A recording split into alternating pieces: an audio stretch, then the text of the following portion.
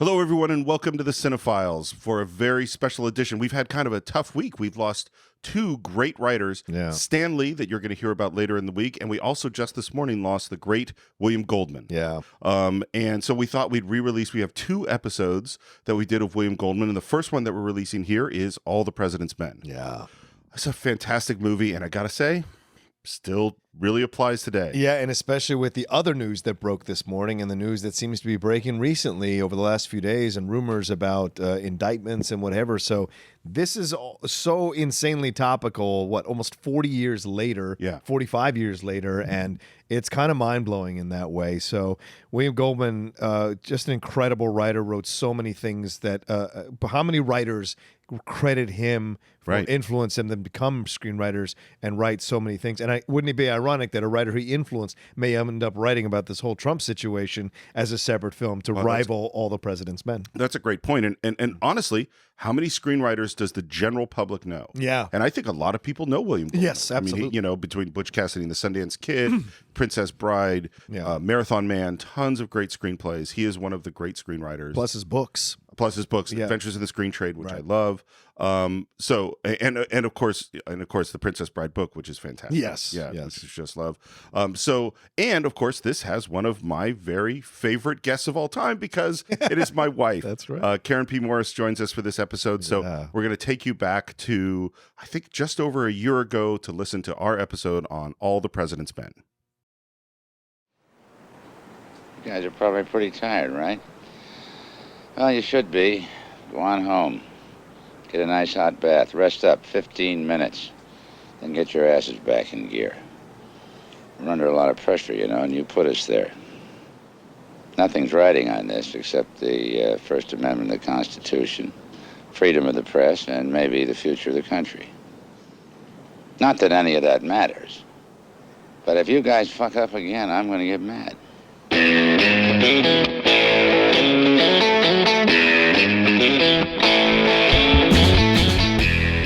Hello and welcome once again to the Cine-Files, where each week we enter the world of a great film. We explore its themes, the history, the filmmaking, and the influence it has on us today.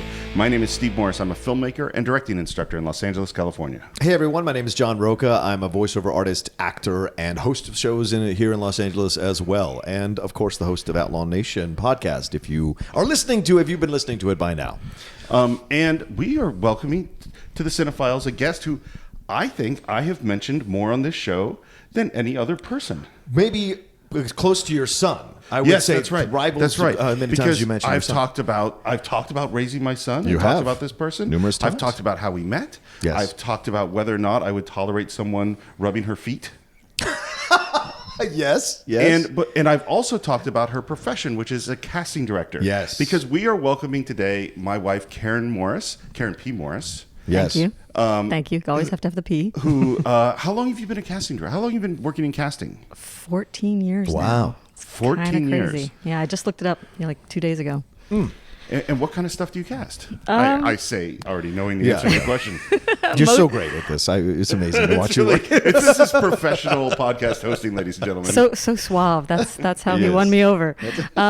Basically, mostly television, occasionally films here and there.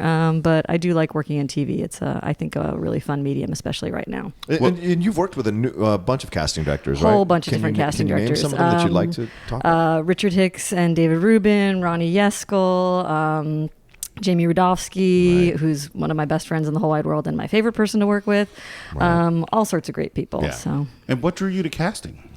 Well, it was funny. I actually was working in film accounting for about 10 years, and I hated it.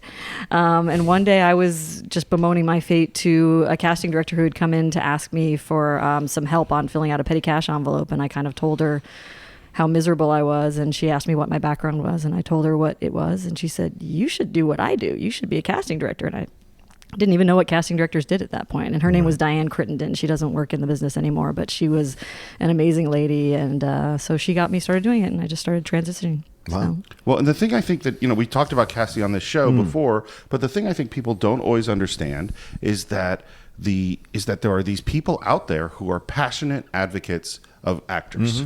Because you come to Hollywood or New York, and there's like a 90-something% unemployment rate among actors, and it's very easy to get lost, and it's very difficult to get found. And I know one of the things that you love doing is finding and championing a new actor is just the best, because when you find somebody who's got that spark, that something different, something new that they have that you haven't seen before, and you want to just get that out there so more people can see it, because it's so difficult in this town. There's so many people trying to do it, and so getting the chance to help someone and shepherd them through that is just it's wonderful. It's the best part of my job, honestly. Right. Lynn Stallmaster says that in the Casting By documentary. If anybody wants to find out more about what casting directors do, the film Casting By is an amazing film, and it tells a lot of the details about what it is that we do, which most people, including myself, like I said before I started doing it, don't really understand what we do, and a lot of people still don't understand what we do. And oh my God, it's an amazing film, and it tells you sort of the breakdown from the studio system into the current way that we do things, and it shows you all the amazing actors that we probably never would have had become movie stars if these two people hadn't kind of done what they did, and it's fought for them. And all these interesting looking, not pretty New York based actors who were more Broadway type people, and they just found these people that had these edges to them and these multifaceted levels, and it's just I should watch it on an annual basis, because it just inspires me every time I do. And speaking of great casts, the movie we're going to talk about today has a phenomenal cast, and that movie is All the President's Men. Yeah. And I think you first brought up that we should do it. Yes. Because we're looking, this is not a political podcast. It is not. There's a podcast where we want to talk about movies. Sure. But movies talk about the world. Yeah. And sometimes there's a movie that this is the movie we need to talk about right now. And so, Karen, how did you first come to All the President's Men? It's funny because I listened to your show. Obviously, I've been thinking about that the last couple of days, and I honestly can't remember when I first saw it. Oh, wow. I literally believe that this film has always been in my consciousness. Like, my father was a political guy. He was always into politics. He wanted to be obsessively political. Yeah, well, much more in later years, obsessively political. But definitely, he's always been into that, and he's also always been a bit of a writer. And this movie spoke to him on some deep personal level. And I honestly think it was always just, if it was on in my house. Yeah. Like, it was just one of those things where I don't even know if the first time I saw it, it probably wasn't through the whole way. It was probably catching it some way. This is one of those movies that in my childhood, I really don't know when I ever saw it from beginning to end the first time. I just would, if it was 5 minutes in, I would start it and I would watch it to the end. If it was 5 minutes before the end, I would start it and I would watch it to the end. If I could only watch 20 minutes in the middle of it, that's what I would do. And it was just one of those movies that I just watched over and over and over again. And you got kind of obsessed with it and obsessed with Oh yeah, obsessed with it. It made me want to be a journalist for a long time. Not something I'm so enamored with these days, because I feel like journalism's changed a lot. But when I was a kid, it definitely made me want to be a journalist. I read John J. Sirica's book to set the record straight, which was all about the Watergate trial. And I was reading a little bit about him last night, and he's just a fascinating guy. I kind of went deep. Yeah, and if you want to go deep, there are literally dozens of books available from our good friends at Audible, including All the President's Men by Woodward and Bernstein. All you have to do is go to audibletrial.com/the Cine-Files with no dash, and you'll get a free book, a 30-day trial membership, and access to their huge library, over 180,000 books of all sorts of genres, not just politics. And as a person who's used Audible for over a decade with a giant library myself, I'm telling you, there is nothing better than having a great book with you everywhere you go. At the gym, sitting in traffic, doing dishes, doing gardening, escaping your life, which is what I sort of use it for. I'm a huge fan of audible.com, and you should be too. That's audibletrial.com/the Cine-Files. Go get your free book now. And now that I've finished doing our shameless plug, John, what about you? How'd you first come to for me, I grew up in D.C., so I became a political junkie. It doesn't mean like everybody who grows up in DC is, but for me, I always had an affinity for it, even as a young child. So for me, this film came into my consciousness probably in my teen years when they, like I've talked about on the show many times, WDCA 20 or Metro Media 5 in DC would show films in the afternoons, on Saturday afternoon and Sunday afternoon. So when I started to develop a affinity for films, I would sit all afternoon and watch films back to back to back. And so that's awesome. That was my life for a long time. I mean, I'd go out and play football, whatever, and I wasn't a shut-in or anything. But on Saturdays, that was my day to sit and watch TV. And I remember stumbling upon this one Sunday. I didn't know what it was about. I think it was 14 or 15 years old. And I was coming into my understanding of film, and I was just engrossed in this because it is not a typical film. There's not a protagonist, antagonist, love story. This is a straight film from beginning to end, documenting what Woodward and Bernstein went through and their travails, their losses, their wins, all of it through this whole process. And it's an incredible cast, just incredible cast. And the pace of the film never lets up. And everything about it is different too. I mean, like the angles and the way that they shoot things, the long drawn out, they take more liberties in taking time with things than most films have done, I believe, even to this day, because they had to. It was not, they couldn't tell it traditionally. And so it's so fascinating, even now to watch it, over and over again, is you, every time you watch it, you go, oh, that's interesting. Why did they choose to do it that way? Well, that was making it cinematically interesting, something that's kind of more cerebral, and it's hard to find a way to make that filmic. Right. And I think that's why it stuck with me, because it was such an unusual way to do a film that I kept coming back to it whenever it would come on. And, just all the Dustin Hoffman, Rob Redford, like all of them just kind of sucked me in. So for me, and I've watched it numerous times over the years, over and over and over again. And this last time was so powerful because of what's happening in our current political climate. So... Yeah, for me, as the oldest one in the room, I have a vague memory of Watergate. Like, I have a vague memory of my parents were watching this thing and talking about this thing. I'm born in 68, so 74, I'm like 6. And I, like you, Karen, I don't really remember when I first saw the film, but I certainly remember maybe in high school watching it again and going, oh, wow.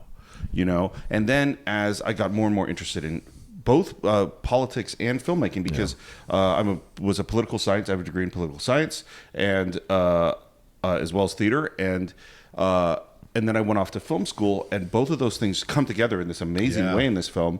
And the more that I saw it, the more this film amazes me. I don't understand how it was made. I don't understand how it got made. Definitely don't understand how it got made. It is so unique. And what struck me is, Karen and I watched it again a week or two ago, is for a subject matter that seems so dry, it is so compelling. Yes. Right from the beginning. Yeah. You cannot turn away. And what you're watching is a guy taking notes while talking on the phone. Yeah. Or a guy typing. Right. And you go, well, that's the most boring thing that you could but it's possibly funny. put on We talked film. about this last night because I rewatched it again last night because I just really wanted to have it fresh in my mind before today, even though we just watched it a week and a half ago. But honestly, Steve came downstairs and caught me at one point, and I had to pause it and say, Robert Redford is amazing here because he's finding these ways. I have no idea if it's accurate. I don't care if it's accurate. It's beautiful. When he's on the phone at the beginning, just getting into it, he has this giddiness whenever someone hangs up on him or whenever someone says something unbelievable. And he's like a little kid discovering this massive, wonderful thing for the first time. And like I said, I have no idea if that's true for what Woodward was feeling when he was going through it. But filmically, as an actor choice, I just love it because it just makes you love Redford even more. It makes you fall in love with that character that he's playing and really get on his side and want him to succeed and get the story. Yeah, and it gives him a level because people make a big deal about the fact that he's only been there 9 months. Exactly. Right? And so it gives the fact that he's getting hung up on to him is a badge of honor. Right. Because back then, it used to matter in journalism and it shows like the reason he is still there after 9 months and the reason he should stay there is because he cares. He's tenacious. He wants to find out what the story is. And he's enjoying the process as scary and crazy as it is. Well, let's get a little bit of backstory. So, for those of you who are maybe younger listeners and don't know much about Watergate, I'm going to give you the world's fastest explanation. Well, I got to hear this. Which is that in 1972, Richard Nixon is running for re-election. Yes. There is a break-in to the Democratic headquarters in the Watergate building, which is why anytime there's a scandal now, we call it a gate. Something gate. You know, there's Yes. a million different gates. Well, it all comes from this one break-in, and it's Which is in D.C. in D.C. The Watergate Hotel, yeah, D.C. the Watergate. Very yeah, interesting looking building, Yes. too. And it's covered a little bit on the national news, and then all the national news drops it. But these two reporters on the Washington Post, Bob Woodward and Carl Bernstein, continue on the story and begin to discover that this robbery is connected to first the committee to reelect the president, and more little things have been done, and that there's a secret slush fund. And the question becomes, well, how high up in our government did knowledge of this go? Yeah. Was it just these ex-CIA guys? Did it go up to important assistants? Did it go all the way to the Attorney General until finally, even after Richard Nixon was elected, it is discovered that it goes all the way to the president, and in 1974, Richard Nixon resigns. And none of that would have happened, probably, without these two very young, unknown reporters at the Washington Post. Tenaciously following a story. So this, against the better judgment of most of the people around them. So this is a story that these two guys literally change history. For, this is a huge a thing. I won't say what the biggest moment in American politics is, but this is in that list. It's one of the most important. One of the funny things I like about it is that, think about, a lot of, most people have heard of Walter Cronkite. Most people have heard of journalists that are television journalists. How many print journalists can most people name? Not nowadays, probably not many, but I'm sure back in the 70s you had print journalists. But I mean, to think that nowadays a lot of people still know who Woodward and Bernstein are. No, absolutely. And it's that's but it's a dying uncommon. breed. It is definitely a dying breed. So, strangely enough, none of this happens without Robert Redford. And it's really interesting with this film is that at the very beginning it says filmed by Alan J. Pakula, who's the director. That's normal, and Robert Redford. That I can't think of another movie where the film by credit is shared with an actor in this way. And I think it was actually Redford's name first. Is Redford first? He might you be watched first. it last night. I watched it last night. I want to say his name might be on top of. And that is deserved because this movie doesn't. Not only does this movie not happen without Redford, but the whole way this story is thought of doesn't happen. It happens differently without Redford. Redford is working on a film called The Candidate, which is a really interesting film. Good film. And he first starts hearing about this Watergate break-in, and he becomes an obsessive follower of Woodward and Bernstein. He decides he wants to do a movie of it before Nixon resigns. So this is like 73, like a year after this happens. And he starts writing to and calling and trying to get in touch with Woodward and Bernstein. Woodward, not surprisingly for his character, has no interest in talking to Redford. He's like, why would I talk to Hollywood? We're busy on this story. He is a business guy. And we'll talk more about Woodward as we go. But finally, he gets a meeting with them. And at this point, the story has been so big that Woodward and Bernstein are starting to figure out how we're going to write the book. And the book that they're going to write is the story of Watergate, of the break-in, in which they do not play a part. They're just going to tell the beginning to end. Finally, Redford convinces them to take a meeting with him, and he sits down, and he's the one to convince them to tell their story, to tell it with them, which they were very resistant to. And eventually he convinces them that the way to tell it is to tell it as a detective story. And to tell the detective story, you got to have the detectives. Right. And from that point, he's helping them with the book, All the President's Men, while at the same time getting ready to start on the movie, and that's when Nixon resigns. That's what's so remarkable about it. So Redford deserves so much credit for this. Well, and it's also interesting too. I read last night that the whole, because I've never read the actual whole book of All the President's Men, but apparently the book goes a lot further. And this ends, the movie ends where it does, and the book just keeps going for a lot more. Because they were working on the book for a long time. And so I remember renting it from the library. And so that I think I read that it was Goldman's decision to stop it, to end it where it does, and that was a key thing to making the movie work. Well, this is important too, what Redford does here, because by doing it through their eyes, we can connect to people and connect to them and understand what they're going through in trying to break this story. And so it makes the most sense to make it that way, because we as human beings love a good detective story. It's what drives us. It's why Law & Order has 75 seasons. It's why these procedurals will always be around as long as TV or any form of media is available. Procedurals, just people love to feel like they can figure stuff out. Like it's just a thing for them. And it humanizes the horribleness of what's happening in Watergate. Absolutely. Like, I mean, this terrible thing that ripped apart the nation is, it humanizes it. It makes you see all the little people involved and how every one of them was affected in some of them in a cataclysmic way, you know, and some of them in a very minor way. And it's just. Well, and you mentioned William Goldman. William Goldman's the screenwriter. Yeah. And this is one of the great screenwriters of all time. Indeed. I have a story for him when you're done. Okay, good. Yes. So Redford first got to know William Goldman because he wrote Butch Cassidy and the Sundance Kid. Oh, that's he right. also wrote The Princess Bride and Marathon Man and all sorts of great stuff. He also wrote one of the great books on Hollywood, which is Adventures in the Screen Trade. So for all of you screenwriters and filmmakers out there, I highly recommend it. It's a lot of fun. Yeah. And so I want to hear what your story is.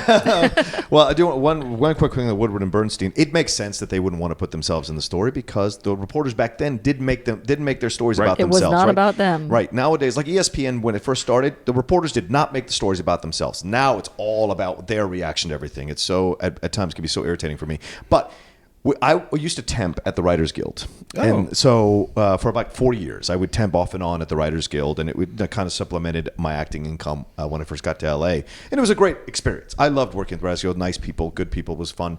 But I worked for a particular department, and I was tasked with sending this letter to William Goldman.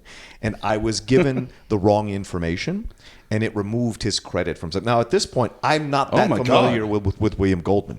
He sends the most scathing letter to destroy me about, like, who is this kid that sends me this letter and tells me this, that I wrote, blah, blah, blah.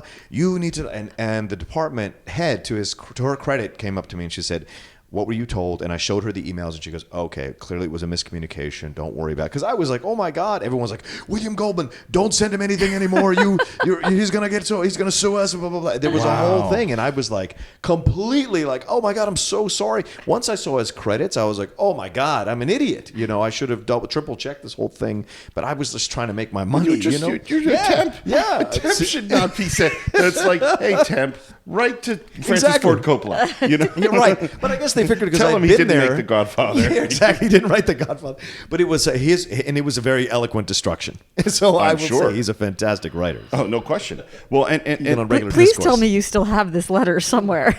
Are you kidding? No, of course not. It scared the shit out of me You so must, much I got you rid must of it. find this letter and show it to I me. would have kept it. I would have kept it. I'm sure he does. I'm sure he does. Well, William, if you're listening to the podcast and you want to you can visit us on Facebook and post the letter. Anyone who works at the Writers Guild who wants to help us track down this piece of paper. So obviously, screenwriting is a very difficult job. Yeah. And one of the things I sort of wish, particularly with this screenplay, like, when you're watching like Olympic diving or something, they discuss the difficulty of the dive. Yes. And then the score is based on the difficulty. This is I can't conceive of how difficult this screenplay is to write. Yeah. Because this is a screenplay that is essentially all exposition. And exposition is like, here's the information the audience needs to know. Well, that's the whole movie. Yeah. It's just a long, long list of exposition and a lot of people typing and making phone calls. And figuring out how to make that dramatic is so hard. And one interesting thing about it, so it's Redford, Goldman, Woodward, and Bernstein. They're all sitting in Woodward's apartment or Bernstein's apartment or Redford's apartment, or all working, trying to bang this thing out, trying to figure it out. And Goldman, I think in Adventures of the Screen Trade, tells a story of Bernstein's girlfriend who just kept throwing in her opinion, and he kept going, "Well, who is this? Who is this girlfriend?" I know where this is going, and it's really awesome. Why? Who let her in? Right. And of course, Bernstein's girlfriend, who later became his wife, is Nora Ephron. Oh, wow. Yeah. How So funny. Nora Ephron is sitting while they're trying to write. All the President's Men. She can't control herself. She's got to throw in her 2 cents, which is awesome. And once you hear that story, it's kind of like, man, I wonder what Nora's a great writer. Yeah. Well, What else is this? apparently, she and Carl did some drafts along the way. Oh, really? Yeah, Wow, I didn't know that. Yeah, Wow, they did some drafts along the way, and then I forget some of the horrible things that were said in the stuff that I was reading about it. But yeah, He's not that great. He's not that cool of a guy.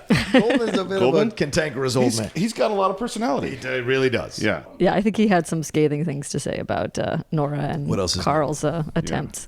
Yeah. And originally Redford, he wasn't going to be in it.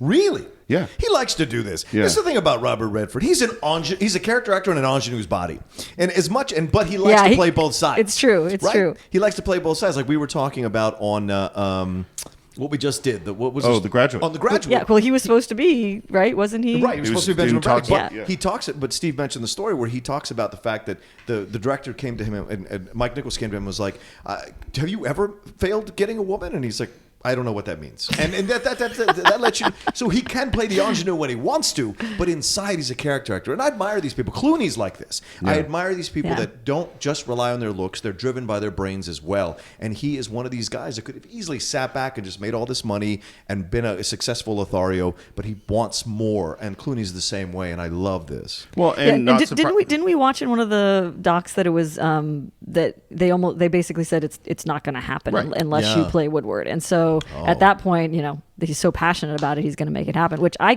can't imagine anyone else playing it. And honestly, he looks pretty close to the part too. So I mean, close enough. I mean, obviously Robert Redford is a really attractive man. I'm not talking smack about Bob Woodward's looks.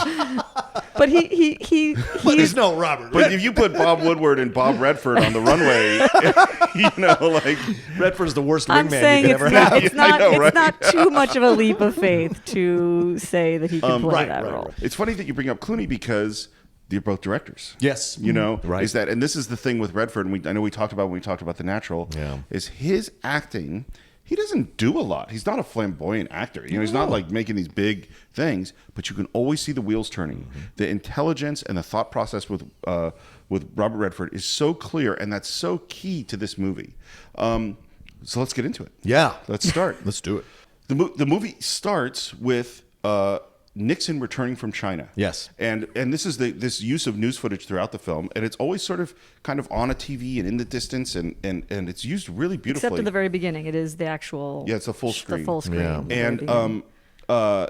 And what's really important about this is Nixon at his peak. Yes. This is him triumphant. And simultaneous to that is we go immediately into the burglary. Yeah. Which is dark and thrilling and tense. Unsettling. Yeah. And there's this one moment to me that's really remarkable, which is that the security guard finds the tape on the door. Yeah. Did you know that the guy who plays the security guard, I believe, is the actual guy who found the tape? I read that last night as well. Oh, wow. That's great. amazing. I'm pretty sure. So it's not that far out, right? Yeah. 1976 is when this film was made. Yeah. I mean, that's one thing we didn't mention. Is like making a story about a true story right after it's happened. I mean, the country's literally reeling from this. They're still, the country's still, in pain. Yeah. So this guy, I think about that guy finding that tape because just as Woodward and Bernstein changed the world, so that guy. Yep. It's all in the small things. Yeah. Yeah. And a call goes out to the police, and some kind of off-duty detectives come over. One of whom is F. Murray Abraham. Murray Abraham, our favorite. Which was so great. And one of the bank robbers is Dominic Cayanesi, who is Uncle Junior in The Sopranos. Oh. He's the one that plays the Latino guy. Oh, yeah. wow. When they say his name, This is what the mind fuck is about this situation, right? Because Nixon had survived the Vietnam stuff, the movements, he had all this kind of things that had happened to him during his first term, right? During the 4 years of his first term. And because of what he'd done with China and the stuff with Russia, like he was reestablishing himself. He gave voice to the silent majority, quote unquote, which is what he used to defend himself. Yeah. And then he does this incredibly stupid, unnecessary break-in because of his paranoia. Unnecessary, he destroyed dude. That's McGovern. The crazy thing. It was so unnecessary. It was overkill. But he did this because he was so paranoid about wanting to be accepted as a legitimate political president. And unfortunately, it completely scorched him to death, his legacy to death. Almost. The more I learn about presidents, and I, like right now in the middle of these giant 5-book tome on Lyndon Johnson. Are you reading those? I'm almost done with them. God, those are amazing. Yeah, unbelievable. Yeah. And the more I learn, it's like, all these people are human. Like, they're all complicated and difficult and flawed. That's why they're all full of gray hairs when they get out of there, because it's such an incredibly difficult job. Yeah. Although honestly, I'm getting a lot of gray hairs, just like. Well, sitting through Trump, I get gray hairs too. Well, and I think Nixon gave himself extra gray hairs with his a little paranoia, psychosis. So after the break-in, we go to the Washington Post. Yes. And we meet some of our guys working there, like Jack Warden and Martin Balsam. Yeah. And these are guys we talked about in 12 Angry Men. Yeah. I mean, this is good. Great casting. So good. Great old Hollywood actors, character actors, to really establish and put an anchor in the film. Yeah. Because people forget, Hoffman and Redford were still just starting out as actors, still just starting out as established names. And so these guys, there was great. It's what you do. You got your stars, you got your role players. Those guys are role players that really elevate the movie. Yeah, and they're just all so fascinating. Yeah. I mean, their faces are wonderful. Their voices, their gruffness. I mean, they feel like they belong in that newsroom. Yeah, they really bring some gravitas Yes. and honesty and sort of truth to what they're trying to portray. Yeah. So, and let's talk about this newsroom real briefly. For years, I just assumed they shot at the Washington Post because it was so real. They wouldn't let them. They wouldn't let them because the Post is going 24 hours. Right. And so what did they do? The George P. Jenkins, who's the set designer, itemized every single item in the whole place, and they rebuilt the entire newsroom. Took trash from the actual Post, I believe. Yeah. And bought the desks from the same place that they had bought the desks from, and painstakingly recreated the whole thing. I think it was about $200,000 to create that one set. There was no stage big enough, so they actually broke through the wall between two stages to build a set big enough to be the entire Washington Post. And I'm so glad they did, because all those scenes in the Post are just the running and the long shots, and there's so much good stuff to help the movement on what we've said is a not very moving story. It's a very expositional story. So being able to see these moments of them running here or looking there or talking across to this person, or the rack focuses between Redford and Hoffman's desks, and I mean, there's just great stuff that's happening. Yeah, in that those room all the newsrooms time. look the same even up until like Man of Steel recently. Right. They all look the same. So Yeah. And the getting that reality is so important to this film. Like just as Woodward and Bernstein care so much about the truth, Redford and Pakula and this team cares about, we have to get this right. Yeah. This is important. When you make a Superman movie, it's not real events. It's not real people. No. Although there is actually a lot of pressure to get it right in those as well. So our young reporter Bob Woodward goes down to this court where the guys who broke in are being arraigned. The 5 burglars. And there's this strange man sitting there. These are great scenes. Excuse me, what is your name? I'm Bob Woodward of the Washington Post. Markham. Markham? Mr. Markham, are you here in connection with the Watergate burglary? I'm not here. This lawyer is just sitting there. Right. This guy's sitting in an immaculate light blue 3-piece suit. Yeah. One of the great character actors that I forget that actor's name, but I've seen him in a million things. Yeah. And they have They call him a country club lawyer. Yeah, He's very much a country club lawyer. Yeah, and they have this great exchange, and he just great lawyer doublespeak all the way through to the end It is one of my sequence. favorite scenes in the movie, and it does not. I mean, like, it's so unimportant, but the chemistry between those two actors are great. Why are you here? I'm not here. Well, clearly I am here. But only as an individual, not as the attorney of record. Who is? Mr. Starkey, Do you have any... whatever you want, you'll have to get from him. I have nothing more to say. And then he follows him over to the water fountain later. I mean, it's so good. But it establishes what we're going to see in the film. These are great sequences, but they establish we're going to see the dogged determination of Woodward, which is Robert Redford's character, and we're going to see people constantly trying to convince him not to do it, convince him that it's not happening, convince him to let it go. And this is the whole film, But So things keep to do it this happening way. that make Woodward go, wait, what? Yes. They say, and what was your previous employer? CIA. The what? Central Intelligence Agency. And you see, and Woodward writes down on the notepad. There's a moment of like his CIA. eyes popping and then him writing something down in his note. And we go, oh, what's this about?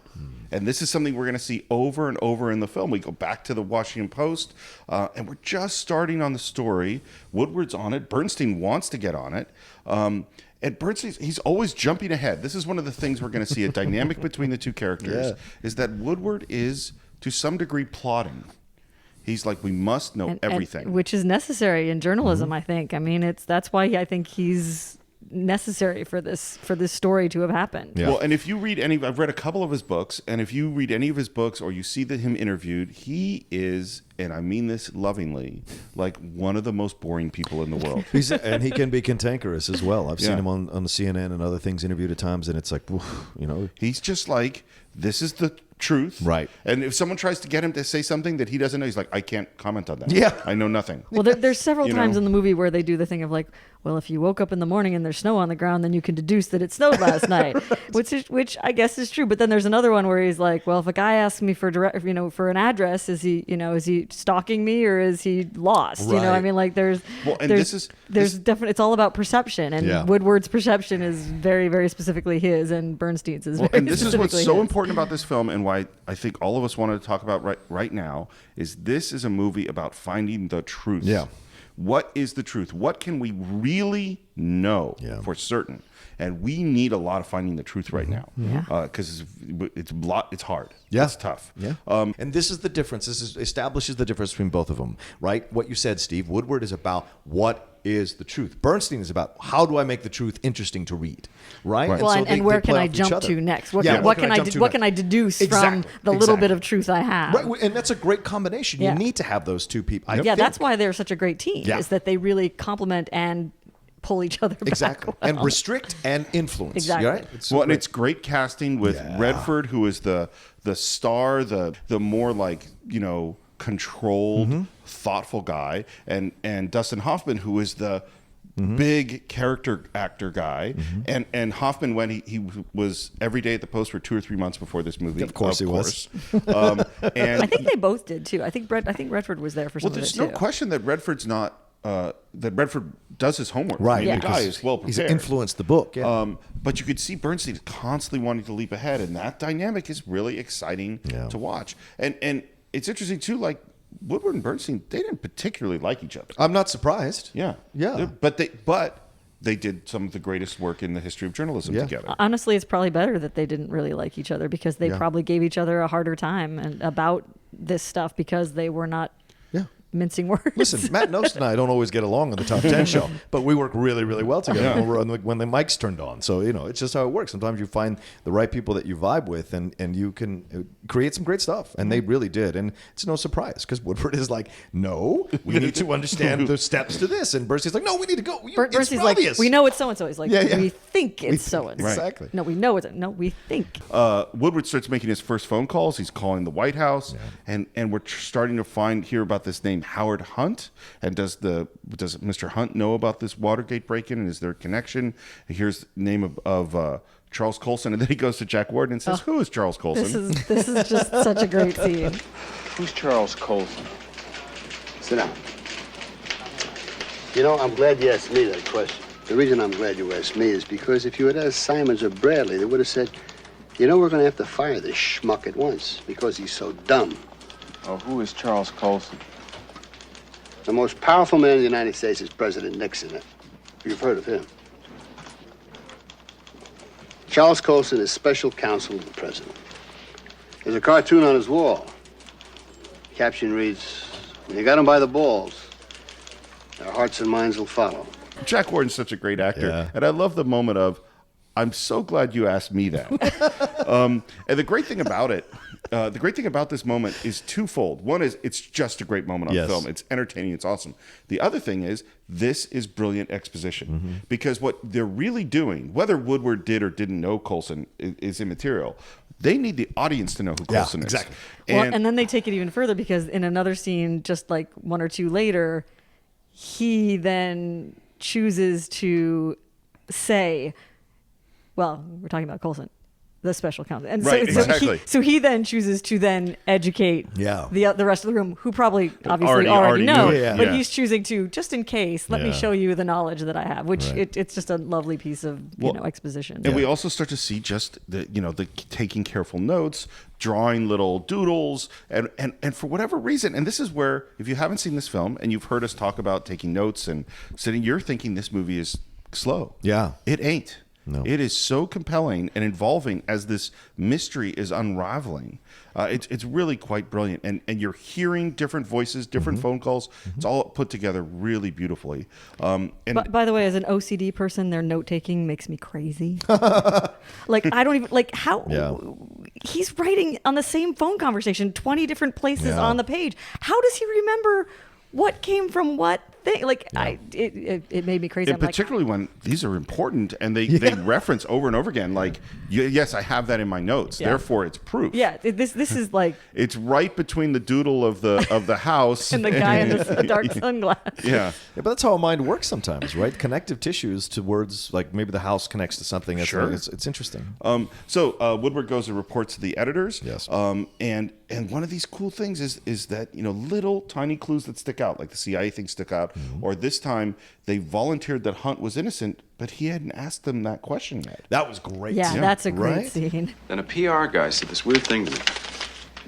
He said, I'm convinced that neither Mr. Colson or anyone else at the White House had any knowledge of or participation in this deplorable incident at the Democratic National Committee.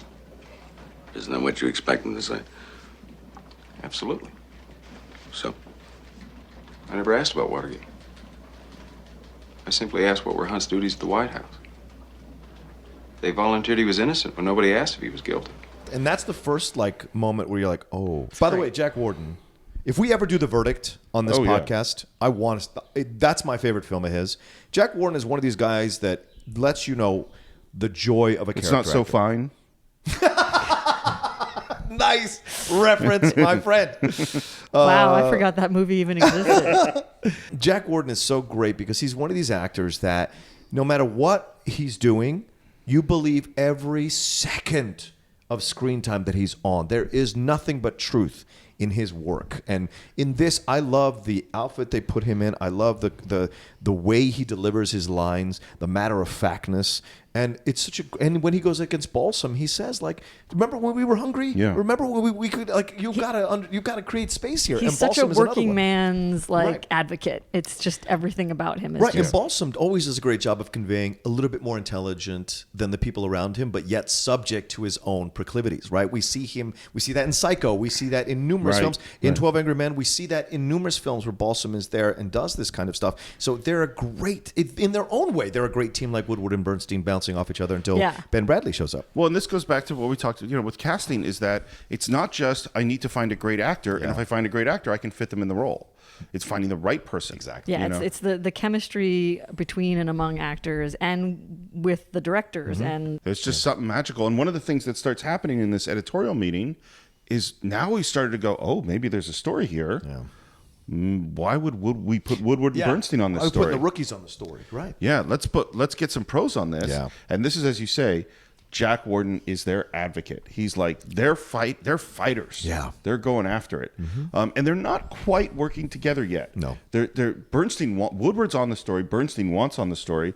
And Carl Bernstein's a guy, whereas Woodward started on the paper 9 months ago. Bernstein spent his whole life essentially in newspapers, from being a kid delivering papers to being an assistant. He has been around papers. he's like, I've been on this since I was 16. Yeah, I mean, he has been working it and not getting anywhere. Yeah, and just getting these. He knows the ropes, but he hasn't had that chance yet. And he wants on this story. And I think what's great about Hoffman's performance in this whole film is, he's got his overt aggressive moments, and that's later, like that scene where he's running in the dark to the car with Robert Redford, which is so unnecessary, but Hoffman wanted to do that because he wanted to show how great he is as an actor. But there's this, he's sitting on this aggression, like this desire to do things. And even when he's sitting there leaning against the desk with his big floppy hair, he has this, you can feel his desire to want to jump in and want to be a part of it and want to be. So it's so great because it's a great juxtaposition to Redford's calmness as Woodward. So I love the back and I love what he's doing as an actor in this whole film. He's sitting on this desire to push. Well, and it's we had to say, like, we literally just talked about The Graduate yesterday. Yeah, we did. In terms of when we're recording this. Yep. And to look at Hoffman in The Graduate and Hoffman in this film. Yeah, 9 years later, yeah. They are totally different. Yeah, This different. is to see what kind of an actor this guy is. He is an unbelievable actor. The moment when Bernstein rewrites Woodward's stuff. Yeah. Like he is grabbing Woodward's things and punching it up, right? Yep. And when you see this, Woodward is like, "What the fuck is going on? Like, what are you?" And he tests him. Like it's almost like he's letting a little bit of like food on the ground to catch the animal in the trap, right? He go drop something else off and see what he does, and then finally he confronts him. Like, "What are you doing?" I'm just helping. It's a little fuzzy. May I have it? I don't think you're saying what you mean.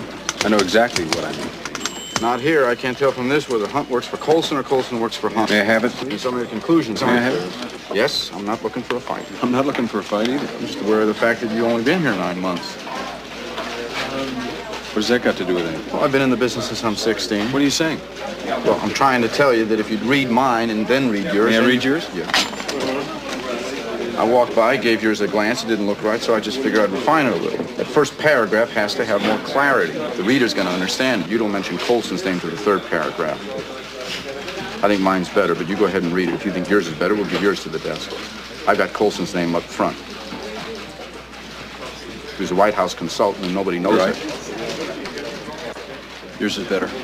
It's so key to the characters is that Bernstein teaches Woodward something about writing, and Woodward accepts it. Is willing to learn. Yes. Well, and it's also interesting too because Woodward is almost testing Bernstein early on. Like he puts the page down and doesn't know anything's happening, and then he sees something and he's like, "What just happened here?" And so he puts another page down and he starts to watch more closely. Like he's doing investigative journalism Woodward thing, on his. He's being That's a being great Woodward. point, Karen, yeah. He's doing Woodward, And then of course Bernstein does Bernstein, and so it's so great because that's like a perfect encapsulation of their two characters in that one scene. We have to know, like, Woodward is a Midwestern WASP conservative Republican. I love when he admits that he's a Republican, and when Bernstein's face this is guy like, voted "What?" for Nixon, and Bernstein is a liberal, radical, Jewish city guy. They're just completely different. In their methods and their way of working. They're just really, really different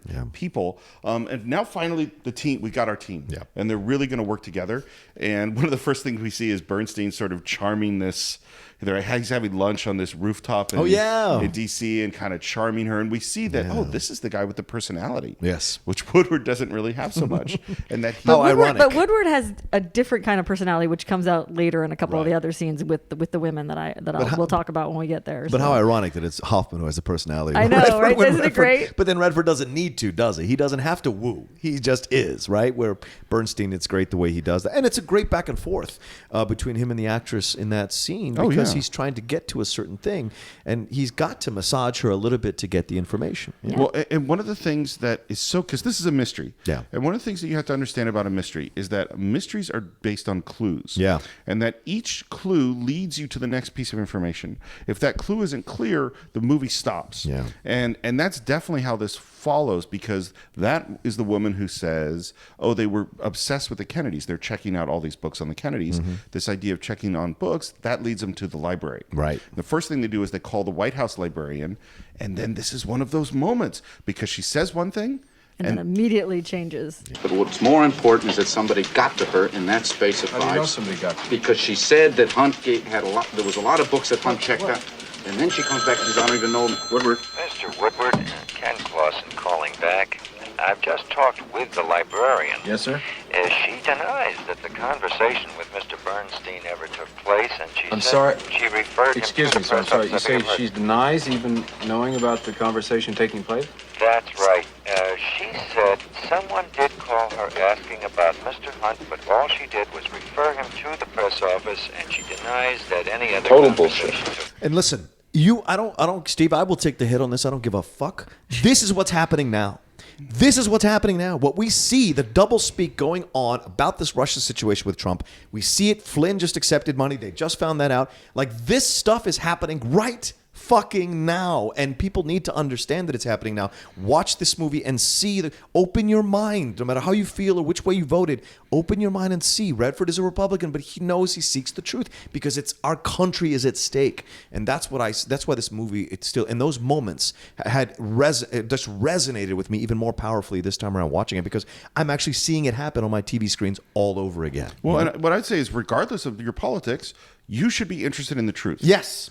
Absolutely. Is that whatever that is, and the truth, and one of the things that we see in this movie, the only way to find out the truth is slowly. Yes. And carefully. Methodically, yes. Methodically. Which comes up later in the conversation with Deep Throat, but yes. Yeah. Well, and it's also fascinating because if you think about it, I mean, at least prior to the current recent things that have happened in our political climate, Watergate has always been like the biggest political thing that has ever happened, at least in my awareness. It seems like that was always, if you were going to bring up the biggest political scandal, it was going to be Watergate, because it led to the resignation of a president. And now Watergate looks like child's play compared to the things that we're looking at happening right now. It's I mean, watching it again, it just makes you go, these are the things that brought down a president. Yeah, these are the things that literally ended Nixon's presidency. And how is this not happening right now? It's a petty human frailty versus something that threatens our existence as a country, right? There's the two differences. Oh, that's a lot. Okay, let's move on. So as I said, I'll take the hit. Steve is safe here. Steve is great. I'll take the hit. You can yell at me. But when we get to the end of this podcast, I have some stuff I'm going to say great, too. awesome. So the librarian leads us to the library. Yes. And we go to the Library of Congress, and this shot is so important in the film and so iconic, which is they're sitting there going through the card catalog one by one, and the camera pulls up and up and up the God's and idea. up. And everything about that scene. I mean, the Foley on that scene is amazing. Like the sounds of the cards. Because I remember going back and we're forth. old enough to remember looking for things in cards the and libraries. cinematography. There are some dissolves, I think. Yeah, they wanted to do it all as one move, but they couldn't. But I mean, technically it's just, couldn't make it happen. everything about it. And it's like, there's nothing happening in this shot. There's literally nothing happening except them going through the cards. And it is one of my favorite shots in the whole movie. And every time I think of the movie, that is one of the clearest visuals that pops into my head, is that the circles upon the circles upon circles and the pullback. And it's just and I think, I'm not positive, is that the first place that music comes in? Yeah, I think it's the first music cue. It's the first music cue, which is perfect because it's using it to sort of evoke the time spent and give you some of the feelings about what are we getting into here, and it's just the music is so good in that moment, and it's just it's great. And it also shows you the conspiracy. You can only go so deep, right? That you can't have everybody on your side in a conspiracy. They went just a few levels lower than the librarian, and they found this guy who's like, you want everything? Okay, you may not want it, but I'll give it to you. Right, I got it. I'll give it to you. And that's what happens. They're not thinking further all the way down. And it's the sad really thing hard to about keep that a big secret. And the sad thing about that is you really want them to find a card, and they don't find anything. You're like, you found the mother lode, but nothing's there. That's why you said, damn it, you don't want to look. But this is what's so important about this shot is that and I know I said this on the podcast before, but with a lot of my students, they're so excited to do the cool shot. And the reason they want to do a cool shot is because they want to do a cool shot. Right. And what they don't understand is that a shot like this, or going into the Copacabana or Goodfellas, or the opening of Touch of Evil, or whatever it is, those shots are specifically chosen not just because they're cool, although they are, but because they tell the story. Yeah, they've got to be and motivated. This shot is a needle in a haystack. Yeah. This shot says the boring, plodding, meticulous nature of the work, the hopelessness of it, the discipline of it, the time-consumingness of it. That's what this shot's about. It is an amazing shot. Right. But what's really amazing about it is how it tells the story. Yeah, like the conveying of what it's all about. Yeah. I love how so many people get into those kinds of things, reporter or cop or detective or ER, and they're like, it's not how it is on TV. They make a real cool point. You don't solve cases in like 2 weeks. It really takes a long time. And so, people get like into this line of work and they're like, oh man, this isn't what I thought it was going to be. Well, this is one of the challenges of this film that's so amazing is how do I show you how boring and hard this work is and make it not boring? And not bore you while I'm doing it. And this movie's amazing at doing it. Yeah. So we go back to the Washington Post, and now we get to meet Ben Bradley. Yeah. So good. Jason Robards. He's one of my all-time favorite actors. Yeah, he's amazing in everything that he does, but I love him in this. And again, from watching some of the documentaries, he's great casting because he really looks like him too. Yeah, he does. He really does. I mean, it's good. And this is a really important figure in the United States. The editor of the Washington Post at this key time. I mean, this is a really important guy. I remember I used to manage bookstores, and one of the first things when I became a manager of bookstore, assistant manager of bookstore, was getting Ben Bradley's biography and reading it. Oh, I've never read it. It's a fantastic biography. It's so engrossing from beginning to end.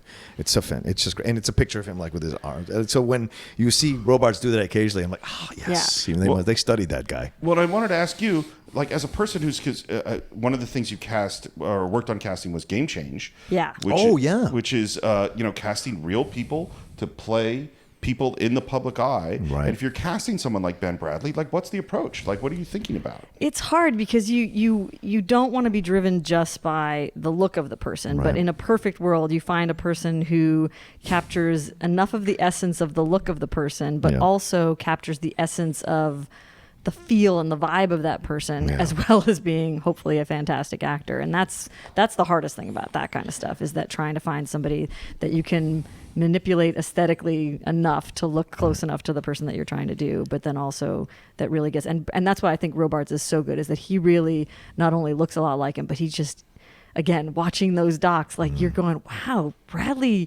either Bradley did some real good study of this guy, or he's just got something about that's very similar to this guy. And who's the casting director? No, I can't remember. So the casting director's name is Alan Shane, and I have a lot of respect for that man, because I think this is just a fantastic cast. And all real around, quick, so. Game Change was the film about Sarah Palin and her rise to power with McCain and all that. So you guys should watch it if you haven't. Yeah, that was You all David did a Rubin great and job Richard on that. Hicks were the casting directors on that, and I was the associate on that, and it was so much fun to do that movie. That was one of the best experiences I've had of working on especially it was a pretty high profile thing too. You cast Julianne Moore and Ed Harris and there were a lot of amazing. Yeah, Woody Harrelson. It's a great cast. It's a good cast. It's an addictive film too. Yeah, it's a good film. Although it's a subject matter that makes my skin crawl quite a lot. This does too. I still enjoy the movie. And Jason Robards is actually in this. He is in this because he's buddies with Robert Redford. They had actually worked together on The Iceman Cometh, 1960 TV movie, directed by Sidney Lumet. Yes. And that's Redford's really his first big gig, one of his first TV gigs. Wow. And Jason Robards, I guess, had fallen a bit on hard times. What? Yeah. Oh, I didn't know that. And so, part of it was Redford wanting to bring him back, and he just kills it. Yeah. He's actually not in the movie that much. No, but he's almost more of a force than Woodward and Bernstein. Because he's immediately presented as almost like a dark overlord at first, because he takes their stuff and tears it apart and says, "You don't got a story here. Just bury this thing. Like put it on the 7th page." And they both Redford and Hoffman are like destroyed in there by what he's doing. Right? It's so fantastic. Well, you see this moment where Bernstein starts to argue, and then Bradley just gives him a look. Yeah. Well, it's also awesome because it shows the two reporters and their differences. That Bernstein is starting to do it. Robards shuts him down, but then as soon as Robards walks away, Woodward is like, he's right. We don't have it. And because we don't have it, we have to go get our deep cover source. Yeah. Deep Throat. Deep Throat. Hal Holbrook. The great Hal Holbrook. Yeah. Love that man so much. Yeah. And for those of our younger listeners, I don't know that you can fully appreciate the power of this mystery of who this person was. My whole childhood and growing up until I'm in my late 30s, I think. Yeah. When did we find out again? I think it's like 2000 or something. Yeah, it was in the 2000s. I was giddy. Yeah. Who is Deep Throat? I was like, we're finally finding out who Deep Throat is. I mean, I was like, I was ridiculously excited, even though it really meant nothing to me because I didn't even know who Mark Felt was. But I was just like, we're finally going to find out this age-old, question, this thing that had made us all. Yeah, crazy. Yeah, and like crazy. you said, Steve, we didn't know what Deep Throat was. This was the first presentation of it, I think, in the film. There was this idea of Deep Throat, but now we see a possible face what this whole idea would have been like, And so, if you've seen the film, you're listening to us, and you've seen the film. This was a huge deal for those of us of a certain age for decades. Yeah. Yeah, I mean, like along with the Kennedy assassination and a couple other things, there's not a lot of mysteries that have so captivated human consciousness. Yeah, and this one we actually got an answer to. We got an answer. It's Mark Felt, who was a high-level member of the FBI. Right. And he had met Woodward, I think, when Woodward was in the Navy, and they had become sort of friends. Right. And Felt had served under J. Edgar Hoover and was very frustrated under him. And there's this mix. There's this mix of, in his motivations of why he did it, of genuine, real patriotism and some sour grapes. Yeah. Like he was a little pissed off about some stuff. And this is the thing, because it's not like we don't have whistleblowers today, and whistleblowers today, just as then, cause this very, very complicated set of feelings, which is, on the one hand, you have betrayed your oath. You are breaking the rules, and that there are more important things way above you that you maybe can't understand. And how can you do this? Yeah. And you're a traitor. And on the other hand, we need to know this information, and you're a patriot and a hero. Right. And we see this with Snowden. We see this, see this kind of debate happening. Chelsea Manning is that, but at the time of this movie, we don't know who this guy is. Right. It's just this guy in a parking lot. And he is a cagey person. To say the least. Yeah. Forget the myths that the media has created about the White House. The truth is, these are not very bright guys, and things got out of hand. Supposedly he's got a lawyer with $25,000 in a brown paper bag. Follow the money. What do you mean? Oh, I can't tell you that. But you could tell me that. No, I have to do this my way. You tell me what you know, and I'll confirm. I'll keep you in the right direction if I can, but that's all. Well, in the Cloak and Dagger, it's like, well, leave this flag in your flower pot, and I will meet you. Well, and for years, people thought it was Alexander Haig. He was the number one suspect of it, right? Because he'd had issues with the Nixon White House and what have you. So, to find that it's Mark Felt. Well, and when we first see these, the precautions, the flag, changing cars, the parking lot, it seems a little silly. Yeah, we're all like, really? Like, why are we going through all this stuff? By the end of the movie, doesn't seem so silly. Nope.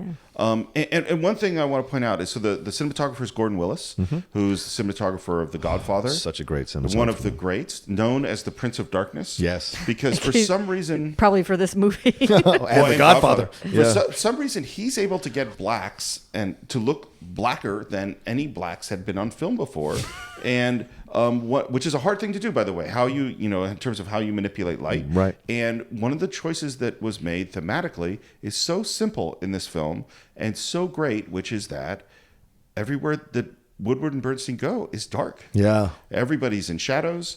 Rooms are never well lit, except the Washington Post. Right, which is the beacon of truth. Which is bright, bright white and primary colors and all this, like the deep blues and reds and yellows that are like punctuating everything in the different rooms are just great. Yeah. And it's just so bright. It's that fluorescent, white, bright, truth can't hide here, And in our conversation with Deep Throat, he says the one key thing, the one piece of advice, follow the money. The money, yeah.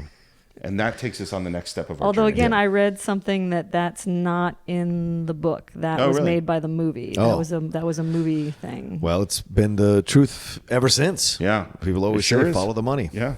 Well, this is the one of the things about fiction made about real subjects is that Shakespeare was really not very accurate at all in his histories. But I know more about the Shakespeare Richard III than I know about the real Richard III. Exactly.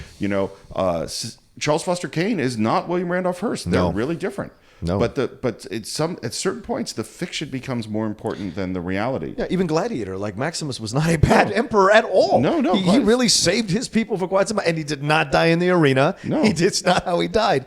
That one's not even close. No, it's not even close. And Cinderella Man, Max Baer was not a bad man at all. When he felt incredible guilt of killing those people in the ring, and he was not like trying to kill people or trying to all of that is bullshit that they created to make James Braddock and Russell Crowe's character more sympathetic. Well, and this goes back to something we said before, and we're going to say again, is that the truth is hard to find. Yeah. It's like if you really want to know the truth, you got to work. Don't just be satisfied with something you saw in a movie, right? Or something you read on a website or something like that, or even in a book, that always question. You always have to question this stuff. So now we're making phone calls. We're in an empty office, and to follow this money, we find out that there's this list of phone calls, and we're trying to get the records of them. And so Bernstein goes down to Florida, I think it is. Yeah. Yep. And Dade County. And he wants to go meet with this guy, and the secretary does not want to let him in. Yeah. She is awesome. Yeah. I meant to look up her name, but she kills it. Yeah. She's just, talk about taking a moment and just getting everything out Right. of it as an actor. She's, everything about her, she's so persnickety, Yeah. and I just love her. And then her, Ned Beatty is Yeah. who she's protecting, and he's fantastic in that role. Well, we get to see Bernstein's tricky little method. And this is part of the fun of the movie of how he's going to get in to see Ned Beatty. Creates this phone call, gets her out of the office, goes in to see Ned Beatty. Man, he just pops up in everything. Yeah. And it's always different. And it's it's always great. amazing. Yeah, always great. Yeah, so he gets these phone records and he gets the name Kenneth Dahlberg. Yeah. This is an important, this guy's name is on a check. And so he calls up to Woodward. It says, we got to find out Kenneth Dahlberg in like Minnesota or somewhere like that. And you know how you find that name? Phone books. And they recreated those phone books. Oh, wow. Oh, for really? for the thing. Yeah, That's they great. recreated the phone books for the set. And again, like if I want to find something out, I say Google. Yes. And I get that information, like the idea of like just looking through every phone book, book after book after book. Well, it's funny how quickly we forget. I mean, all three of us grew up in an age of card catalogs and no internet. I mean, like our foundational educational experiences of writing reports and doing papers when we were they were on typewriters. Yeah. They were card catalogs. They were microfiche. Right. People listening, do you guys even know what microfiche is? I mean, like, we didn't have the internet. We had to leave our house to research. Like today, you can literally stay in your house and find out almost anything. Write a whole paper. Yeah. Yeah, I mean, you could even be on a podcast and not know someone's name, and while in the middle of the podcast, find out the information, and no one would know the difference. That's right. So he's going to make this phone call to Kenneth Dahlberg. This phone call is remarkable. Yeah. It is absolutely remarkable. And it's, again, this is a shot that is not showy, but it is a 6-minute long, all-in-one take wow, is it shot. 6 minutes? 6 minutes. Wow. Robert Redford believes this is the highlight of his career. This shot. That's great. It is so difficult. Wow, I wish you had told me technically. that before I rewatched it last night. I would have paid more more attention. attention to It's that particular so scene. difficult technically. Yeah. So first of all, what you'll see is that he's making this phone call in the foreground. And in the background, there's like a group of people at the Washington Post, and they're talking, and they're partying, and there's all sorts of things going on. And they're both in focus. And to do this, you use what's called a split diopter, which means that you have one side of the lens that has one focal length, and the other side that has a different focal length. And you'll notice between them, there's this border of blurriness. Yeah. And the camera is doing a slow move, and Redford's doing a slow move. And in order, he has to always be in the right place. And everything has to be timed out over these 6 minutes of exactly where the camera's going to be, what those extras are doing in the background, and where that barrier, that split diopter out of focus section is, or none of this works. Yeah. It's extremely difficult. And although it seems like there's very little going on, Redford's performance is really remarkable. Yeah. He's writing things down, and you can see, again, that thing with Redford, you can see the wheels turning in his mind as he's figuring things out. So amazing shot. Obviously, this is difficult for me.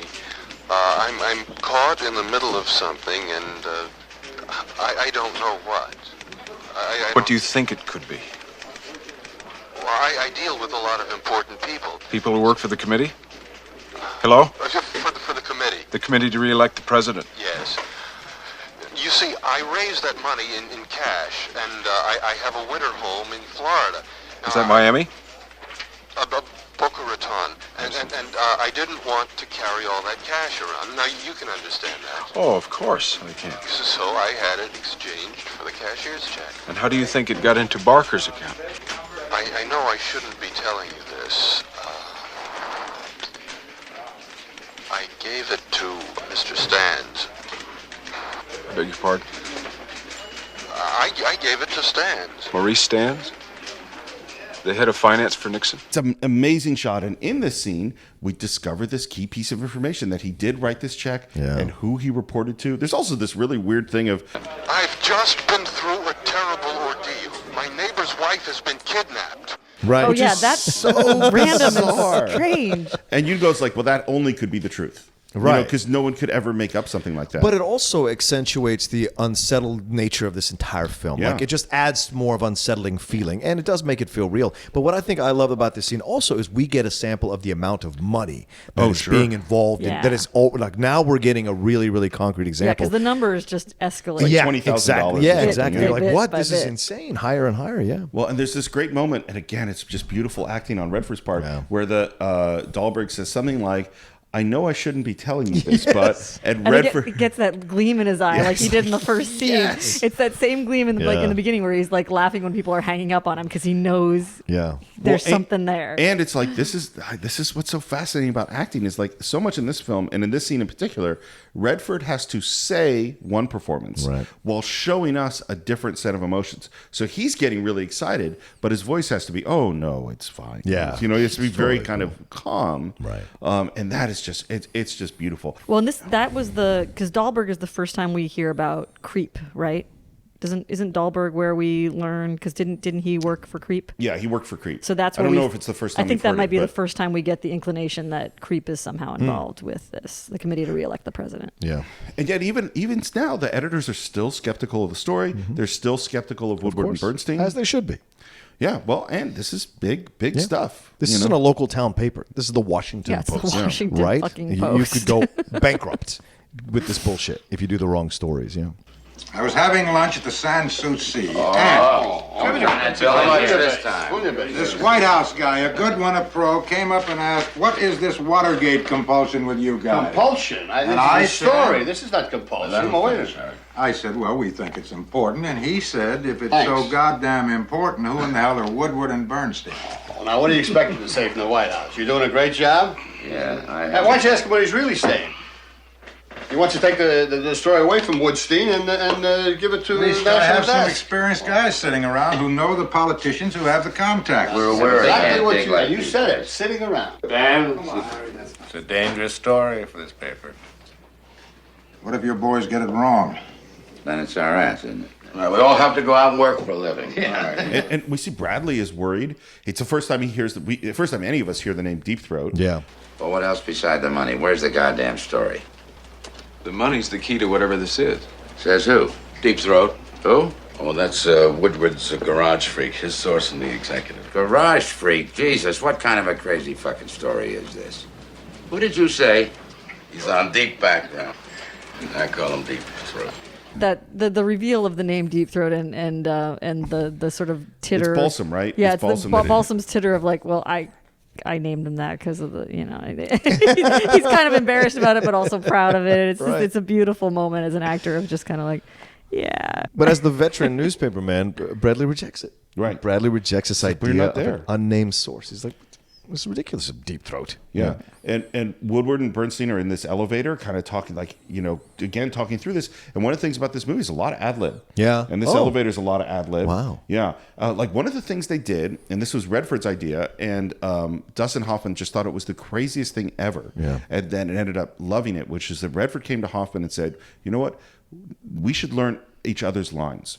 Yeah, we should they learn all the... they both knew all of each other's lines so that they could be jumping in on Right, each other and they all said, the time. anytime you feel like it, you finish my line, or I'll finish your line, or you'll take it. So that there was never, because what Redford's suggestion was, it should by the end of the film feel like we're one person. Yeah, they're one mind. Well, and that's what you do on stage. Yeah. Like when you act on stage, you want to learn everyone else's lines because there will be a performance Yes. where one person Yes. forgets their line or jumps 3 pages. Yeah. And if you understand, you can steer them back into the scene. And Yeah. a professional or a really good actor will understand, play the scene out, and corral the playback onto the tracks. And so, yeah, it's really important to do that. I always did that as a stage actor, is learning everyone else's lines. At that moment on stage, when that happens, You're never more alive. Yeah, it is You're so- never Right. more alive. It's so I had true. that happen during The Crucible for Arthur Miller. wow. Try to improv Arthur Miller when Tituba doesn't come on the scene to get questioned by us. Yeah. And I'm Putnam, and I'm like, we're running upstairs to the girl who's sick, and we're coming back down, and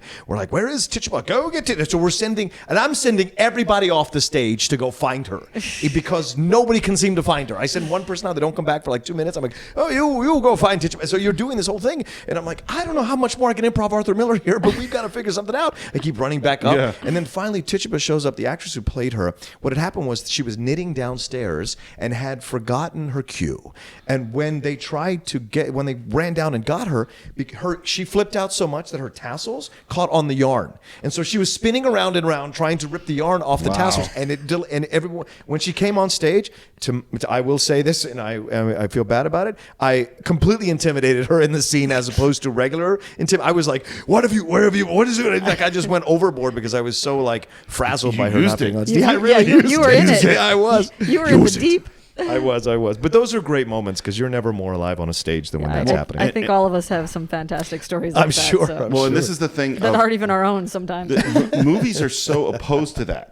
Like movies are can be not live, live in this fundamental way for actors that finding out ways to make them a little live. Yeah. And this idea of Redford's of, we'll just jump in. Yeah. Ends up working really well. I don't know that it's a thing I would do with my actors, except under very specific circumstances. Yeah. So we meet this woman who has gone on a date with someone who worked for Creep, and it's Lindsay Crouse. Lindsay Crouse's first film. Oh, it's her first film. It's her first film. And Chicago actress, right? She's from Chicago, isn't she?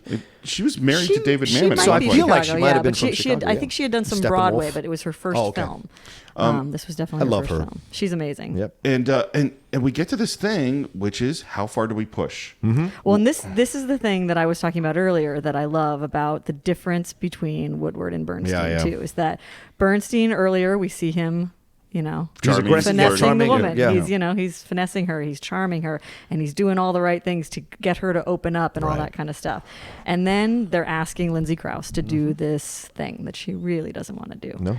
And you can see Bernstein really wanting to push and really wanting to make it happen because he knows that if he puts the screws to her, she'll do it. Right.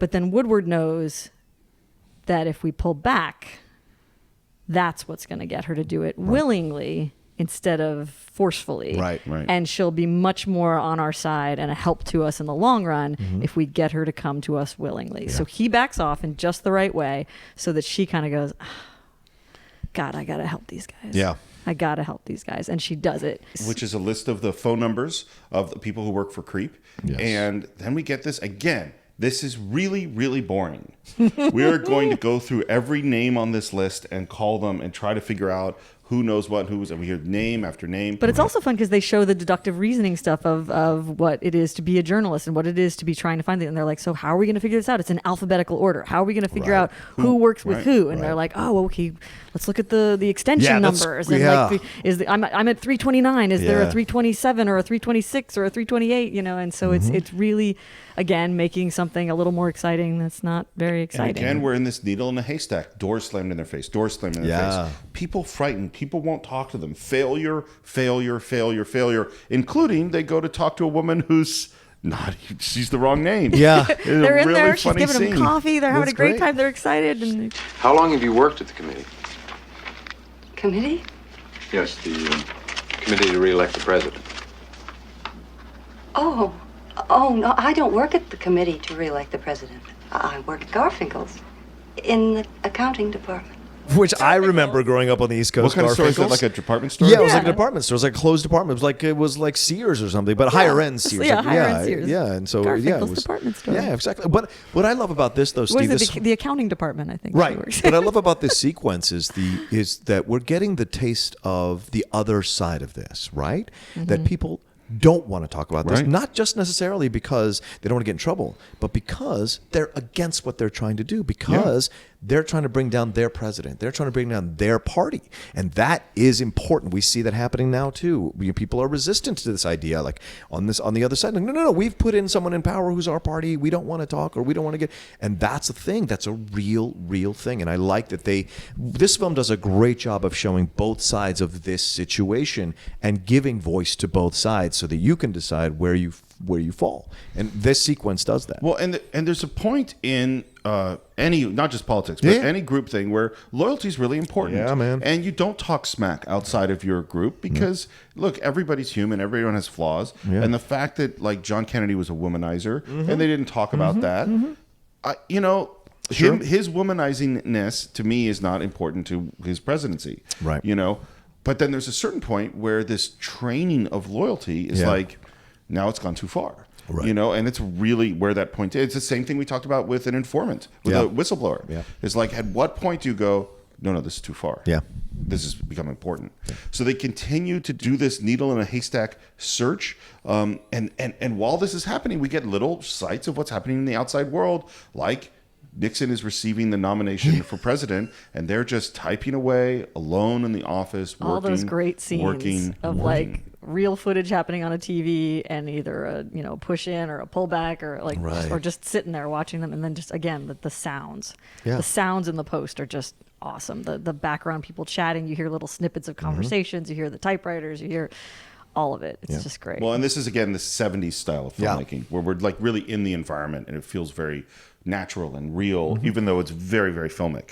And in continuing this, like knocking on doors, Bernstein knocks on this one door, and the sister, not thinking about it, invites him in. Yes. And now he's going to talk She's to like, Jane. oh, you don't want to talk to me. You wanna want to talk to my sister. Yeah. Who's Jane Alexander? The great Jane Alexander. She is just everything in this movie. Yeah. She's so, her performance is so subtle and timid within moments of ferocity that just kind of want to jump out of her, but she holds back. It's just, it's and beautiful. frightened and wanting to do the right thing and loyal, still caring about the people that she worked with. Right. A really complicated performance. Yeah. Well, and that's why you cast an actress like this, because Jane Alexander always does a great job of conveying vulnerability and strength in equal doses. It's not strength in the way that it's overt. It's strength in that she's strong enough to show her feelings, to show her truth, right? And still resist, but then give in. Resist because the better angels of her nature, of her mind, of her intelligence, tells her more morally she has to do the right thing here, even though she knows she could get in trouble. She knows she's like violating the trust of these other people. She knows that what they did was wrong inherently, and you see that in those moments. Same thing if you watch her in Great White Hope with James Earl Jones. Oh, yeah. If you ever seen that movie, she really carries the power of his evilness at times. She carries that because she loves him so much. She's still willing to show her vulnerability, but still say who she is. You know? And so you see this here in the sequence. And the sister is just great, the way she totally absentmindedly sets her up in the situation. I wonder though. I wonder if it's absent-minded or if she's almost trying to help. Maybe because she the knows her thing sister. happen. Who knows her sister better than her, right? Yeah, I mean, because I never know on that one which way I think it is. But there's and the thing that's happening, and it's happened in a very subtle way, is that through all these door slammings and people that won't talk to him, and in particular with this Jane Alexander scene, the fear is growing. Oh yeah, like where when our first Deep Throat meeting, I was kind of like, well, this is maybe it's a little silly. Now I'm starting to get scared. And Bernstein's Hoffman's intensity in this performance and his tenacity, his doggedness, to keep her talking, and how he does it, and the manipulation. I don't want you to feel you're in a position where you have to disclose names. You know, I can just ask you initials, and in that way you're not divulging any information. We have some idea, and would that be all right? Was there an M? You can just nod either way. And of course, he's smoking a lot of cigarettes, drinking a lot of coffee. This coffee's cold. Yeah, It's just all this stuff, and he comes back to Woodward's, super caffeinated, pulling wrappers and napkins and everything he's written his notes on, and they're going through that we think, because we're trying to get the list of names of people that control the fund, and we've almost got it, and Bernstein only got initials. Yeah. And it's like, and Woodward now knows Bradley's not going to accept this. We need more. And now they come up with essentially a con of how they're going to get, and it's this sort of, well, we know P is Porter. Yeah. To get her to confirm it. Carl, we have got to go back there and get that bookkeeper to say who the names are and not initials. Well, she ain't gonna give it to you because I was with the woman for 6 hours. We gotta try. Well, then you're gonna have to trick her, threaten her. She's not gonna do it. Wait a minute. You know what we could do? What?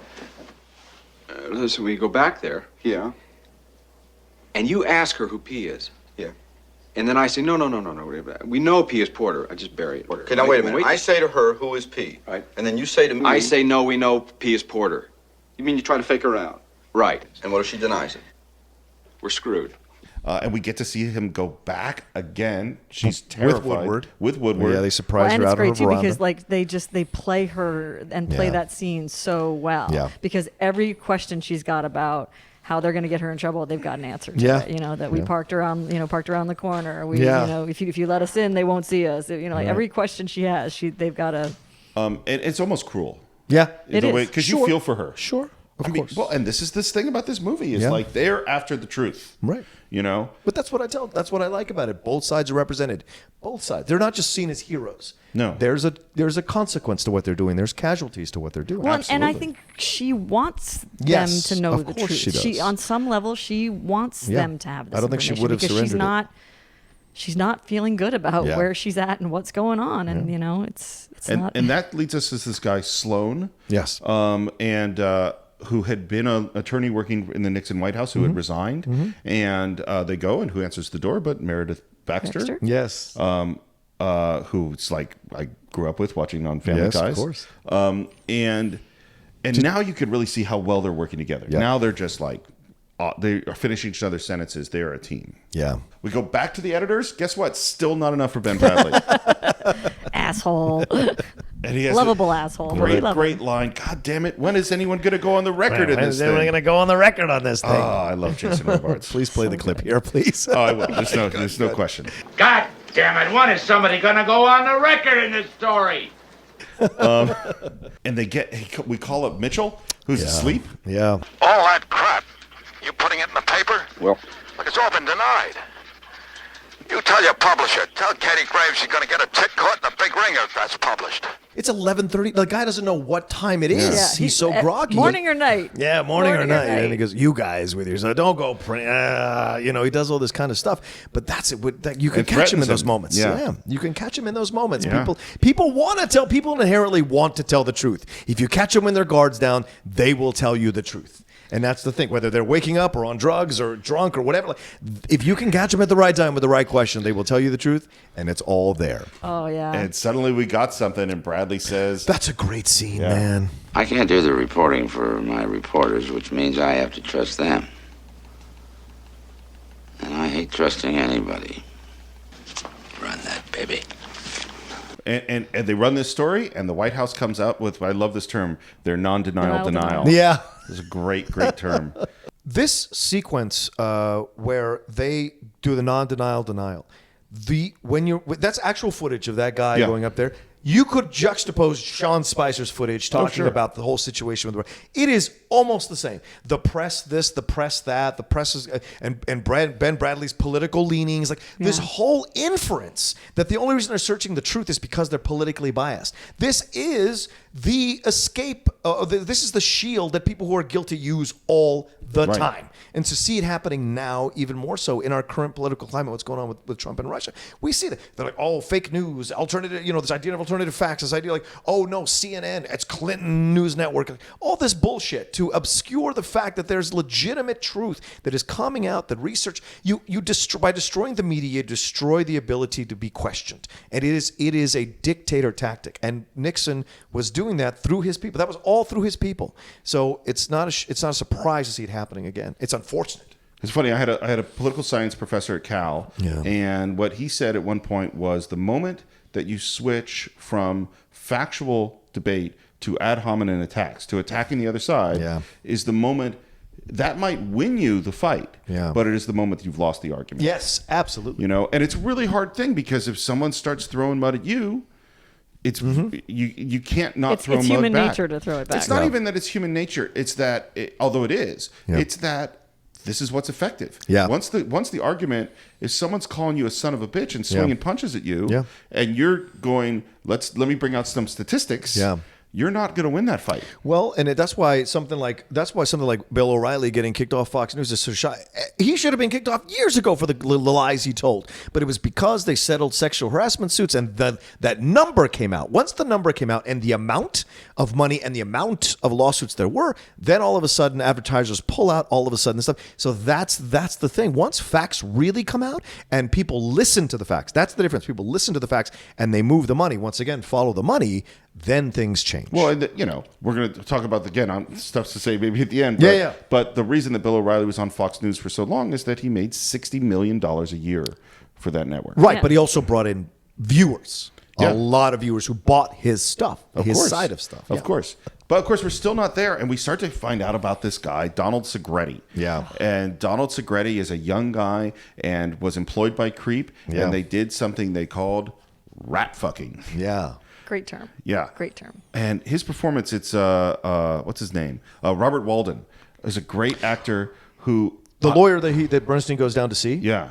My friends, that's my favorite scene in the movie. The entire sequence is my favorite scenes in the movie because that guy is so relaxed in the middle of everything falling apart in his life. Yeah. The fact that he sits Indian style in his outdoor chair was everything to me. It's brilliant. And he starts to talk about the USC Mafia, and he starts to talk about it stuff, and he starts to slowly open up his own vulnerability because he's like, I had to do this. You don't understand. We went to college together. There's this, like, he doesn't say that, but that's what's inherent in what he's talking about. That's the underlying thing he's playing, and I can sense that and see that. And Bernstein almost feels sorry for him because I feel sorry for him. Exactly, because he's so willing to talk about it in such a happy way, even though he's like, I'm probably going to lose everything. I'm probably going to go to jail, and you'll come visit me or whatever. Like, it's just so great how matter of fact he is about it. Yeah, his smile. Because there's so much pain in it. Yes. Well, and you see with all of these things, you see people that just get in over their heads. Yes. Now, I'm not defending what he did at all. Of course not. But like his performance is great. It's funny too because I remember there's a Lou Grant was a TV show. Yeah. He was on the show. Oh, was he really? For me, he was. I watched that show. I love that show. Damn, I don't remember him on that. I also just love that in the scene he confesses that we did a lot worse stuff back at USC than we're doing with Creep. He's like the rat fucking that they did at USC was way worse than the stuff they're doing here. So can I briefly blow your mind? Sure. So Donald Segretti, another person who was a disciple of his, not exactly part of the USC Mafia because he didn't go to USC, but was part of the rat fucking, was a young college student named Karl Rove. Of course he was. And when you look at some of the things that happened, particularly in 2000, like there's the phone call that went around and about John McCain. Yeah, having a black illegitimate daughter. And that's rat fucking. You know? I hate that shit, man. I hate that shit. There's no how you can look yourself in the mirror is beyond me. And go to church is beyond I'm pretty sure Karl Rove doesn't show up in mirrors. Very well said. Actually, today I look you back give him at too much credit to be a vampire. Anyway, but enough about that. It's not sexy enough to be a vampire. The non-sexy vampires. They just don't. Do they have them? They don't sell so They well. must exist. I mean, if you get bit by do vampires only bite sexy people? Like if you were hard up, you're really hungry, and there was this sort of schlub. I don't know. Tom Cruise and Brad Pitt are pretty sexy. That's I don't true. Okay. The Let's Cine-Files digression. Let's copyright that film right now. Not so much Lugosi, but yeah. All right. So now we go back to Deep Throat, and now it's really scary. Yeah. And there's this moment and they're starting to go, well, how high does this go? Where does this go to? Because, look, we're not naive. Presidents have people killed. Yes. You know what I mean? Like, if this is as high as it is, then it's really scary. And he's talking to Deep Throat, and there's a car that just makes that noise that cars makes when they're moving tires on concrete. That kind of squealing out. Redford turns. Deep Throat has pulled a Batman disappearance. And then Woodward starts to walk out of the parking lot, and there's footsteps echoing. Yeah. It is fucking scary. Yes, it is. It is real. We're in real fear now. And Redford does a great job of. He does that turn. The slight run and then the turn. Yeah. And again, it's just the lightest. It's very 70s. Yes. But it's awesome. So there's this woman who was on this date with this guy who said he knew who wrote the Muskie letter. Yeah. The Muskie letter, by the way, is I think this is the one where it's a letter about. Is this about the wife in the asylum or? I thought it was the Canuck letter. Is the Canuck? And what is the letter? Do you remember? Here's what it is. One of the dirty tricks is that a letter was written, and I can't remember what the content of it was, that by the Nixon campaign, that to make it look like something was going on with Muskie, who was the opponent that wasn't. And it essentially ruined Muskie's campaign, although it was false. And so this woman's on this date with who works at the Post with this guy who says, I know who wrote that letter. Yeah.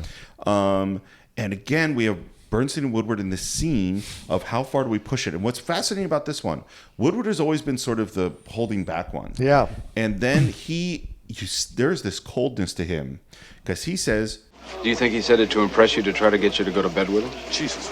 No, I want to hear her say it. Do you think he said that to impress you, to try to get you to go to bed with him? Why did it take you 2 weeks to tell us this, Sally? I guess I don't have the taste for the jugular you guys have. and Bernstein's kind of shocked. Even Bernstein's shocked in that moment. Like, really? Did you just say that? But Woodward is like, I'm going after the fucking truth. Yeah. And because it's been building. It's been building to this point. Yeah. And we'll see later on with Deep Throat as well. He's been building to this point where enough is enough, right? Yeah. I want my answers. And she ends up getting on the phone with the guy, with them listening in. Right. And Well, no, I think he calls. Well, they call first. They, Oh, that's what it is. You're right. They call him and Yeah, ask him you're right. questions, and then he calls back to talk to her. To get pissed at her. And she corrals them over to listen. Yeah. And they listen in, and then does he call? And then he calls Bradley. And then he they calls run into the Bradley. office with Bradley. And Bradley, I've got a wife and gleefully- I've got a wife and a family and a dog and a cat. I believe is the thing. I've got a wife and a family, a dog and a cat. I have a wife and a family and a dog and a cat. A wife and a family and a dog and a cat. Right, Ken, right. Yeah. Ken, I don't want to print that you were in Sally's apartment. Thank God. Yeah, I just want to know what you said in Sally's apartment. And now we have this other piece of information, which is Haldeman, and there's all these names, and we're not going to go in, but is Haldeman the last guy to control the fund? And they know that Sloan knows, and so they go back to this guy Sloan, whose wife has just had a baby. Meredith. That's Stephen Collins, right? Is that I think so. Yeah, That's Stephen Collins. Yeah. And they. I'd like to take a moment here to talk about Stephen Collins. I think he does a fantastic job. Oh, in he's this great, part. Stephen Collins did a lot of great work. You know, he was in Star Trek Motion Picture. He was in Tales of the Golden Monkey, one of my favorite ABC shows from the 80s. And then he got on Seventh Heaven. And unfortunately for him, in a very tragic way, he divorced Faye Grant, who was the lead actress in V, with Mark Singer. And it came out that they had recorded their sessions, their therapy sessions. He had sexually abused some teenage girls. And this caused him to be persona non grata in Hollywood. Now they stopped the reruns of Seventh Heaven. It was a whole thing. And he never denied it. He just said it was a private thing in a therapy session. So how ironic that he's playing this part in this film. And later his own kind of cover-up, trying to do his own kind of cover-up in the situation. I hadn't even thought about that. Yeah, so it's just an interesting situation. And he's so good too. Like, he really is. He's one of my favorite sort of key little players in this. Of whenever he's on screen, you just believe him. He's so there's something so honest about him, and so just pleading of wanting to not be caught in the middle of this, and those motives not are... his wife with the baby. Like he's just he just feels like a cog in a machine. Yeah, you know? And his motives are genuine. He's like, I believe in this country. I'm a patriot, and I'm a Republican. Like I want my party to not be part of this. Right? There's a genuine nature to it all. Well, and but he's also real, methodical. From my understanding about the real Sloan, I can't remember his first name now. He's a real hero in this story. Yeah, because he said at a certain point, I can no longer be a part of this. Yeah. You know, and so they go back to Sloan, and again they play a similar game. Yeah. Well, we already know this. And they play this little game on him. And the key, and there's just this really fascinating little semantic thing. Because what they're talking about, this guy's been called before the grand jury, and they're asking about his grand jury testimony. Yes. And they're kind of saying, well, would you have a problem with this? He sort of confirms that Haldeman's the guy. And then... But he won't be the source about it. But he won't be the source. Right. And again, we have this thing of we need multiple sources to confirm the information. It's not enough for Bradley. Bernstein realized he had as a buddy. He calls him up. And the guy won't confirm either. And Bernstein comes up very quickly with this. I'm going to count to 10. If you're still on the phone, that means everything's okay. Yeah. And the hold or to not hold, and and he says it's so fast. And it's and the worst part too is the guy even says, "So hang up." Yeah. And that's the moment where Bernstein should have said, "Blah blah blah blah blah blah, hang up." Like reinforce what the contract is. He doesn't, and that's like one of the fatal flaws of what goes wrong in that moment. So they published this story based on what Sloan said, based on the weird hang up, don't hang up thing. Yes. And they got it wrong, and we have this great Ben Bradley Woodstein. Oh my God, Woodstein. the Woodstein. Oh, so good. And what's so good. And what's so interesting, and then the Post has to. They're trying to decide, like, do we hang Woodward and Bernstein out to dry because they've made this mistake? Well, but because let's be clear, they don't get it wrong. Not 100% wrong. They miss. Their methodology was wrong. Their methodology was wrong. But Haldeman was the right guy. The key, this is, I think this is so important because what we're talking about is what can we use as proof, not whether or not Haldeman controlled the slush fund. Right. He was one of the guys that controlled. They're 100% right. But their proof is wrong. Yeah, the connecting of the dots. The connecting of the dots is a little skewed. Yeah. They said that Sloan was asked about this at the grand jury, and he wasn't. He was never asked. Right. And so they're in trouble not because what they're saying is wrong, but because or just a tiny piece of it was because the wrong. facts are a little Yeah. off. Right. That's why it's so beautiful what happens next with Bradley. Right, because he stands by. Let's stand by the boys. And there's that moment, we stand by our. Was it we stand by our He boys wrote or it we down. stand by our Stand by our story? story. We stand by our story. And he said that's our own non-denial denial.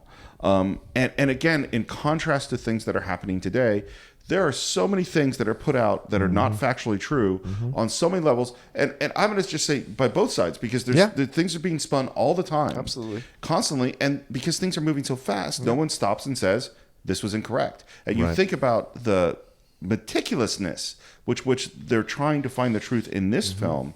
Man, we need more of that. Steve, you're great. You're great. It's a great point. You're great to say that, but I also think the public needs to take responsibility for their willingness to accept unresearched situation or stories that are not as methodical as they need to be, as accurate as they need to be. Their willingness to accept this kind of journalism as truth. Yeah, there is supply and demand. But it's also part of the time. I mean, because one of the things they talk about in the movie is the deadlines, and that there are these things that like deadlines are a whole different ballgame these days. I mean, like one of the things I was thinking about is that I can't almost read any article these days that's about something of like a factual nature where at the end of the article you won't, whenever you read it, already see that there is an update or a retraction because by the time I've read it, it's 2 hours to 2 days old, and in that time so much has changed already, or so many facts have been checked, and like because things are put out without the level of scrutiny that we used to, because we're the 24-hour news cycle, all this kind of stuff. Everything has to be now. Exactly. That's one of the beautiful things about this movie is it really harkens you back to the time when papers were run a certain way. Yeah. There was a deadline, and there you had to check, and like I love the thing of like it's we have 20 minutes till deadline, and they're on the phone. They're both on different phones, calling different people, trying to get stuff done because they have this thing. Yeah. Whereas in this internet age that we live in now, the deadline thing is a much more loosey-goosey thing. It's more fluid. Yeah, it's very fluid. It's the deadline is always. Exactly. Yeah. Things happen instantly. Yes. So Woodward goes back to Deep Throat, and now he's pissed. He gets a verbal spanking. It's so beautiful too, because it's you finally see Deep Throat go, okay. Yeah. You put the investigation back months. Yes, we know that. And if we're wrong, we're resigning. Were we wrong? You'll have to find that out, won't you? Listen, I'm tired of your chicken shit games. I don't want hints. I need to know what you know. Well, only because he starts out saying like, you overshot, you made Haldeman a victim, you made him sympathetic. I didn't think anybody could do that. And then Redford said, cut the shit. Yeah. Tell me what's the truth. Redford just gives him the what for.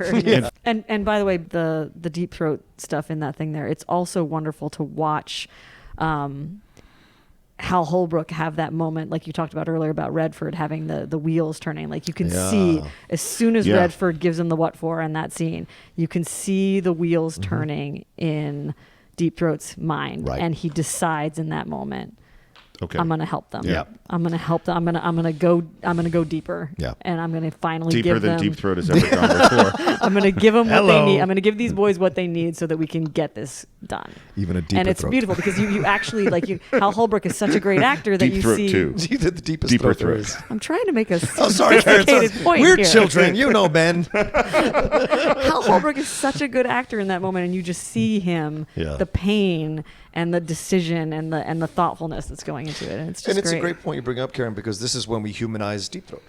Before, he's just giving information, he's giving Redford shit, but here in this moment when he decides to help, he is no longer just Deep Throat. There is a human being behind the name. And finally he comes out and says it, and he says, your lives are in danger. Yeah.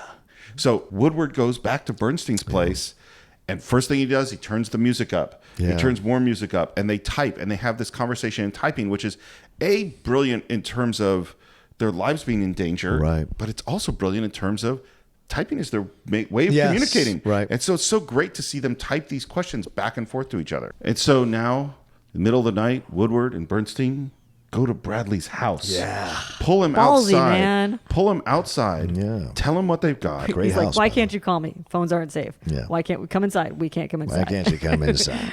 And he's in his bathrobe. I love that he's on his porch or out his front yard in his bathrobe. And then Bradley makes a speech that is so good, I will say nothing else about it except cut to it. Yeah. Yeah, please do, because that as much as he is amazing in every scene that he does in this movie, this moment is like... Yeah, and I think my favorite part of the moment is when he says, or I'm going to get angry. Did Deep Throat say that people's lives are in danger? Yes. What else did he say? He said everyone is involved. You know the results of the latest Gallup poll? Half the country never even heard of the word Watergate. Nobody gives a shit. You guys are probably pretty tired, right? Well, you should be. Go on home. Get a nice hot bath. Rest up 15 minutes. Then get your asses back in gear. We're under a lot of pressure, you know, and you put us there. Nothing's riding on this except the First Amendment of the Constitution, freedom of the press, and maybe the future of the country. Not that any of that matters. But if you guys fuck up again, I'm going to get mad. Then that's the moment where you're like, oh, so he hasn't actually been angry this whole time. He's just been on them to get shit right. Yeah. And now anger is a real emotion where you're violating his ethics and his job. And that's why he's saying I'm going to get angry. And that's a real great warning. And part of being a young person, you could compare this to a sports movie. Sure. Because you got to have a great coach. Absolutely. And the great coach is demanding and tough and complicated and fatherly and teaches you the moral core and the value system and forces you to do your best. And that's what they do. And you want to play for him. And you want to play for him. It makes you want to play for him. Yeah. And that's what, and Woodward Bernstein go back. And it's funny, you mentioned you were right at this moment when you had stopped. Yes.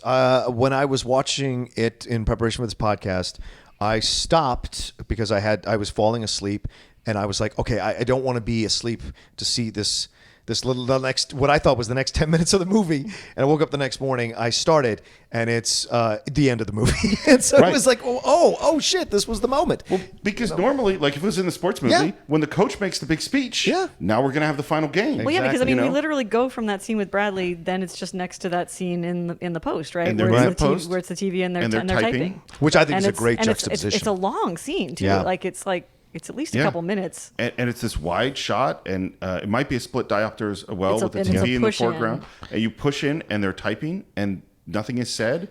And then you go to... Well, but Nixon is being sworn in, right? Nixon is being sworn in as president. That's what I love, the juxtaposition, the dichotomy of what's going on there. And that's why you don't think it's ending. Right. Like you're seeing Nixon being sworn in. How could this be the end of the movie? Yeah. But the whole time they're planning his downfall. Like they're going to create his downfall. They are working. It's the ironic moment with their typewriters. They're giving Bradley what he wants. They're doing what he asked him to do. And then you go to the teletype machine and you see piece by piece as more destruction happens. This person resigns. This person sentenced to jail. This person going to court. And then a pause and Nixon resigns. Well, Nixon refuses to resign. Yeah. Then the pause. 1974, Nixon resigns.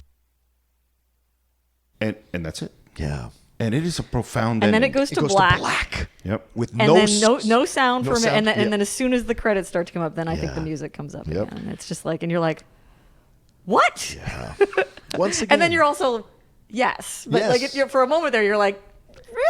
Yeah, once again, one of these unusual films that stays with you because it kind of breaks the medium to a degree. It pushes the medium and does something out of step with what you would normally see in these. Because we've seen newspaper stories all through the 30s, 40s, 50s, 60s, up until this point. Like we've seen newspaper stories, but this is something else. And this is also the 70s when you could have these kind of darker endings, ambiguous endings to films, and people loved it, right? Because it was, once again, you're pushing the boundaries of the medium. The audience wanted those kinds of things because they felt that way themselves about their lives. And this black frame into no sound, and then the credit starts, lets you. It's the death of the presidency. It's the death of that, like almost the death of America, because it's almost a funeral because it's all in black. Well, and I love that it's words on paper. Are the weapon that defeat the enemy in the end. Yeah. Like, because that is what this is about, the value of words on paper. And how it influences the public to demand better. And this is a heroic story. It's a brave story. It's so, what these two guys do is so amazing. Yeah. So it's funny, at the beginning of every show, I always say, we're going to explore the themes, history, filmmaking. And I always say the influence it has on us today. Mm-hmm. And there's some movies where we've talked about that quite a bit. And there are a lot of movies where we go like, well, the influence is, we really like this movie. Yeah. It still makes us smile after however many years. Right. This movie is so important. Mm-hmm. There are a lot of movies I love, but I wouldn't say they're important. And this one is.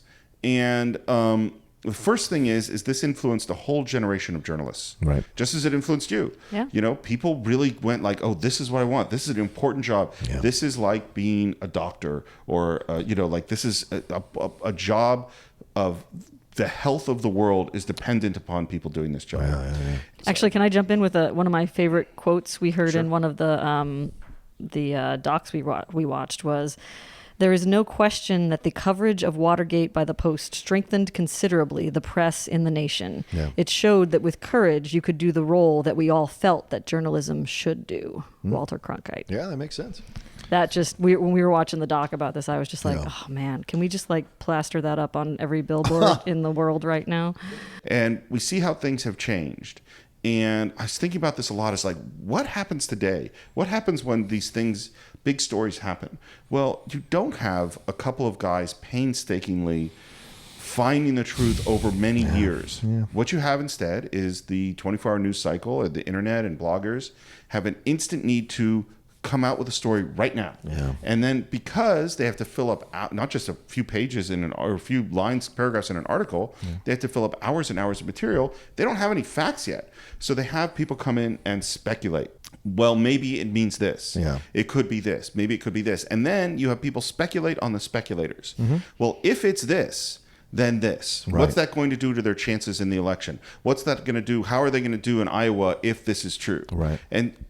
And that speculation and speculation on speculation and speculation on and discussion of the speculation becomes what we think is the news. Yeah. And the truth is completely obfuscated in this scenario.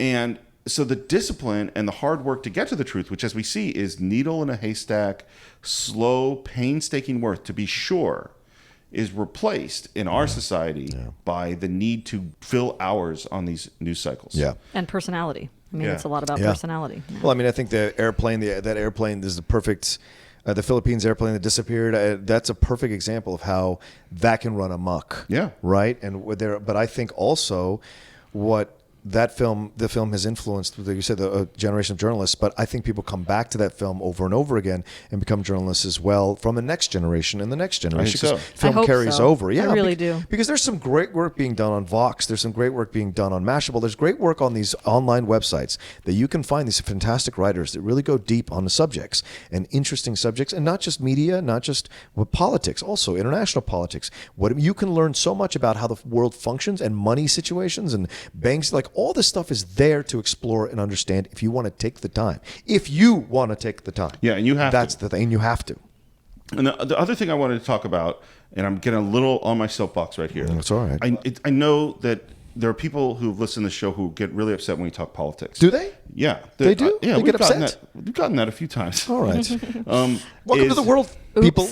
The world is politics. Hate to break it to you. And obviously, if you've listened enough and listened today, we have our political opinion. Sure. I want to talk about something I think applies to both sides. Okay. Which is, I want to talk about bias just for a moment. Sure. Because what you see with Woodward and Bernstein is the dedication to the truth. Yes. Not Woodward's a Republican, Bernstein's a Democrat. They want to find the truth. Right. And what we've seen today is that people have said, well, we're all biased. And because we're all biased, you can't really do that. And they've abdicated responsibility to seek the truth. Mm-hmm. And in its place, what they've done is they've created institutions that are built on bias. Mm-hmm. And so if you look at Fox News or MSNBC, they're both, like their mission statement is, we are going to talk about things from this perspective or that perspective. And then their way of eliminating bias is they say, well, in order to be quote unquote fair and balanced, we're going to have someone from the left and someone from the right argue the point. Right. And the idea is that, like you as a judge at a trial, would be able to stand over this dialectic and be able to make a determination of what the truth is. You've heard both sides, and you understand the truth. But it does not work that way. It does not work that way. And the reason it doesn't work that way, first of all, the two people that have been brought on to do this, or the 4 or 5 people, they have been hired not for their ability to understand the truth, but for their ability to represent a specific bias. Yeah. So both of them are giving you a distorted version of reality. And then we all have our biases too. You're a left-leaning person, you're a right-leaning person. And because of that bias, what we tend to do is that we tend to listen to, accept, and enjoy those things that represent our own worldview and reject and dislike, or not even hear a lot of times, those facts, ideas, or opinions which represent the other worldview. And so when you watch these 2 people or 3 or 4 debate a moment, you will tend to like the person who's talking from your perspective and think the other person is crazy. So while the idea is that you're going to hear both sides and you're going to make your own logical conclusion and find the truth through it, what's actually happening is that you are further reinforcing your own bias over and over and over again. And because what you're being presented with is distorted to begin with, your worldview is now distorted. And what we have to do is fight against that. And what makes this situation so much worse, and I'm sorry to be on my soapbox about it, but it's something I'm very passionate about, is that it's not just the media anymore. And when did things change from being journalism to the media? That's one I always wonder about. When they floated that idea, when they you even heard it in this movie. Yeah. When he said they have the actual footage of the I think it's the press secretary having that comment about the media, about the newspapers, about this kind of thing. So it's been the Republican calling card, the media, and then now well, it's also big business. Democrats have come. Yeah, that's right. It's big business, and Democrats have lined in, and most of the people who own these big news corporations are Republicans. Rupert Murdoch is a Republican, is conservative guy. So it has this kind of bent. It is a way to denigrate this institution, right? To undercut the institution, as if you can't attack me because you're flawed yourself. This narrative is ridiculous to me. And Steve, I think you make excellent points, very, very valid points. It takes a lot of effort to hear the other side. But by the same token, there are many of us who are willing to hear the other side, as long as it's not presented to me in sound bites that are not complex, layered, and intelligent discussions. The second you go and cop out with the media and you cop out with these terms, then I don't listen to you. The second you go, I hear what you're saying, but here's what we think, here's what we put together, look at this, and this, then I'm listening. Intelligent discourse is what we're missing. It's not about like, oh, this person or that person, bias or whatever. In my opinion, I think for me, I'm happy to be unbiased. Present me intelligent discourse between 2 intelligent people from both sides, and then I can make a decision, because that is actually a judge listening to intelligent people who feel it is their responsibility to represent not their side, right, but the truth, right, exactly. Well, this is the thing that goes back to things like the movie Network, and like where they talk about when it became a money making thing, when the news became money making. That's one of the transitions that we've talked about. I mean, this is the thing with political campaigns and presidential things. Is like I tend to not listen to the commentary about what someone thinks about someone's political campaign, because again, it's all speculation. It's all just some random person's musing on the thing, and I don't necessarily feel like that gives me all that much information that's beneficial to what I'm trying to learn about a candidate. And so I think this is all part of that same problem that we're dealing with, and it's been going downhill for years about the media taking place of journalism, the things of entertainment taking the place of news, of sensationalism taking the place of truth. It's this thing that's just been a problem, and I feel like I don't know how we're going to fix it, but I feel like it's important that we fix it. Yeah, and I feel like they've succeeded by coining this term, the media, as the shield to hide behind this idea that we see in the movie, this idea of the media, this idea of the bias, this idea of all this stuff. It provides convenient cover, right? And I think this is what we see in the movie over and over again. Yeah. And the thing that's changed now is that with the advent of social media, we have all become the reporters. And so we see a story and we see a meme or a quote or something, and we repost it. Yeah. And I want everyone out there, because this is just so important, to every time you post something, I want you to think of Woodward and Bernstein. And I want you to think, wait, have I verified my source? Would Woodward accept that as truth? Would we? Would can we accept Bernstein this float as true? that as his? Am I sure? Because irrational over thing? and over and over again, people post things that are misquoted, misleading. Where they don't read the article. Read the article. Don't post anything if you didn't read the article.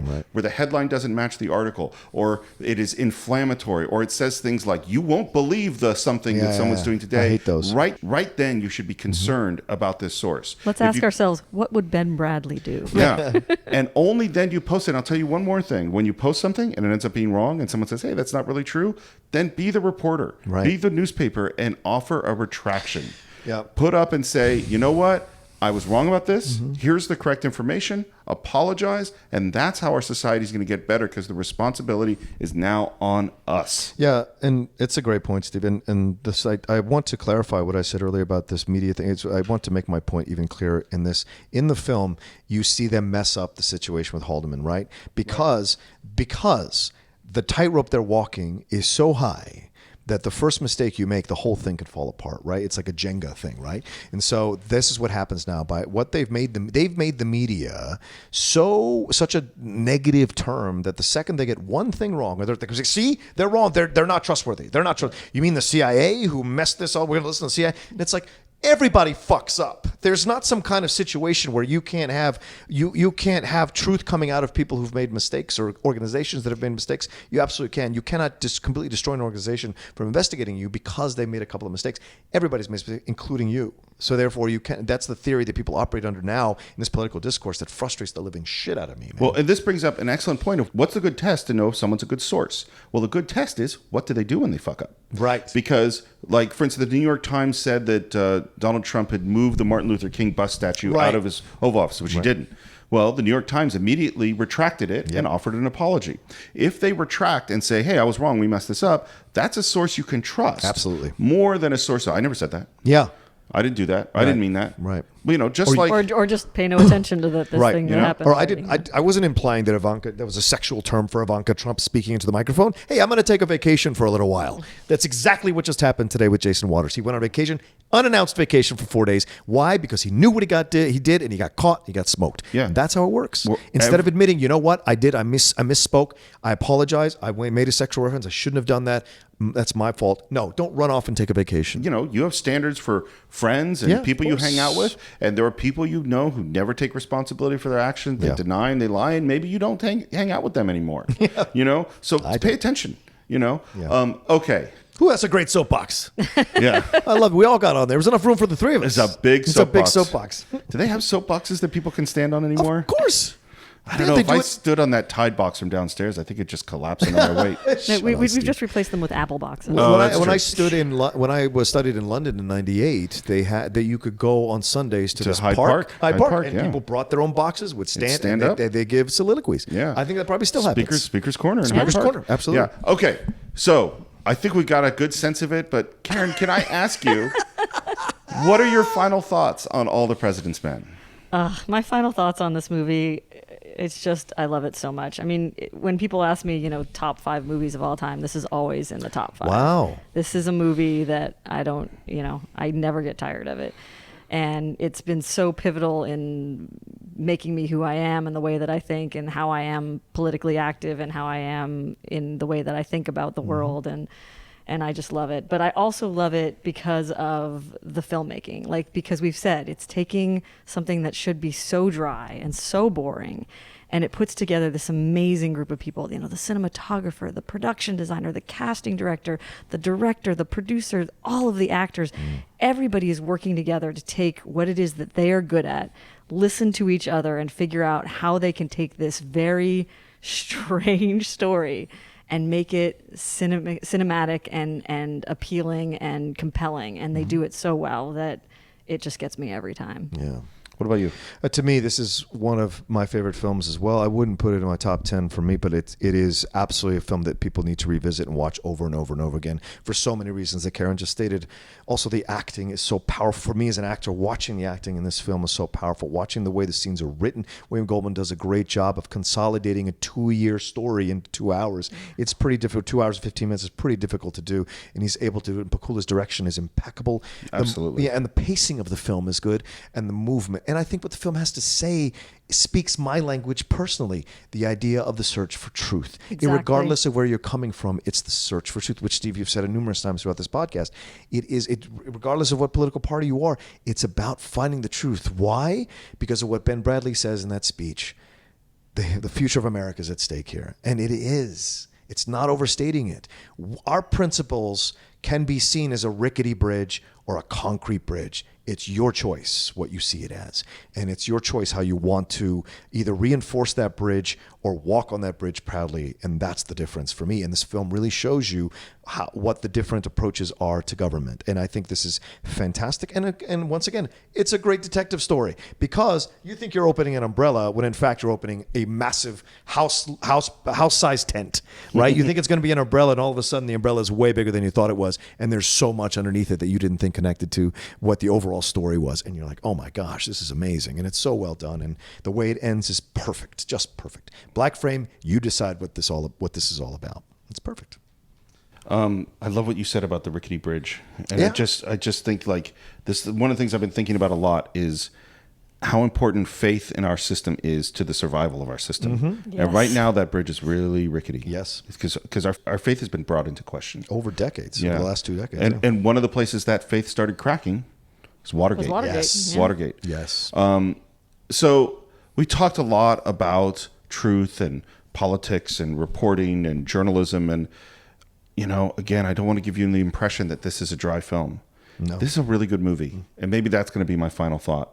It is a compelling, entertaining, well done, Funny, thrilling, scary, dramatic, powerful movie. Yeah. And if you haven't seen it, we can't spoil that Nixon resigned, but we spoiled everything else too. please watch it if you I haven't think you should seen go watch it. Especially younger people out there, please watch it. It's By the way, so Nixon good. was a president for the young people that we in the 70s. Do we really have to say that? So that's what we think of all the presidents, man. We obviously think a lot. I hope you think a lot too, and I hope when you have your thoughts about this film, share them with us on our Facebook page at the Cine-Files, CINE-FILES. You can subscribe to us on Stitcher, where they now have our dash. Yeah. So Cine-Files, you can look there. I know some people prefer to watch us on YouTube, so you can search us on YouTube. We love it when you watch on YouTube and give us your comments there, because it's so great to get comments that are for the specific episode. Because when you leave your review on iTunes, which I certainly hope you do, that's more about the whole show, but we definitely want those reviews as well. They help us a lot. They help us move up in the rankings. And of course, you can always reach me on Twitter at SR Morris. John, where can they reach you? You guys can always reach me at The Rocha Says, ROCHA, on Twitter and on Instagram. Every Fridays on Collider for Movie Talk, obviously this show, and the Outlaw Nation podcast on the Schmoes No Plus podcast network. Yeah. It's my life. Coming soon. Or already out by now. It might already be out. Yeah, I might be recording the first episode tonight. Hey, Karen, I won't say that you're not social, but you are not out on the social networks. Really? No, I haven't been on Twitter for like 3 years. I still have an account, but I'm not on it. All right, so nobody can follow you anywhere.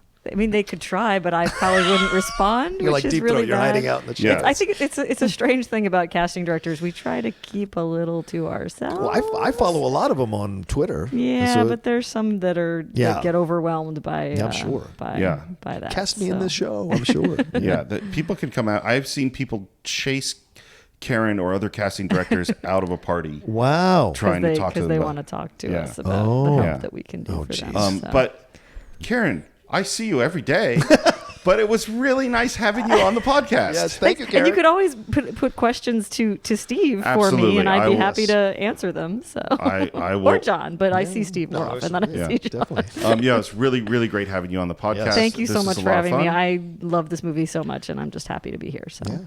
And that's it for this week. We will see you next time on the Cine-Files.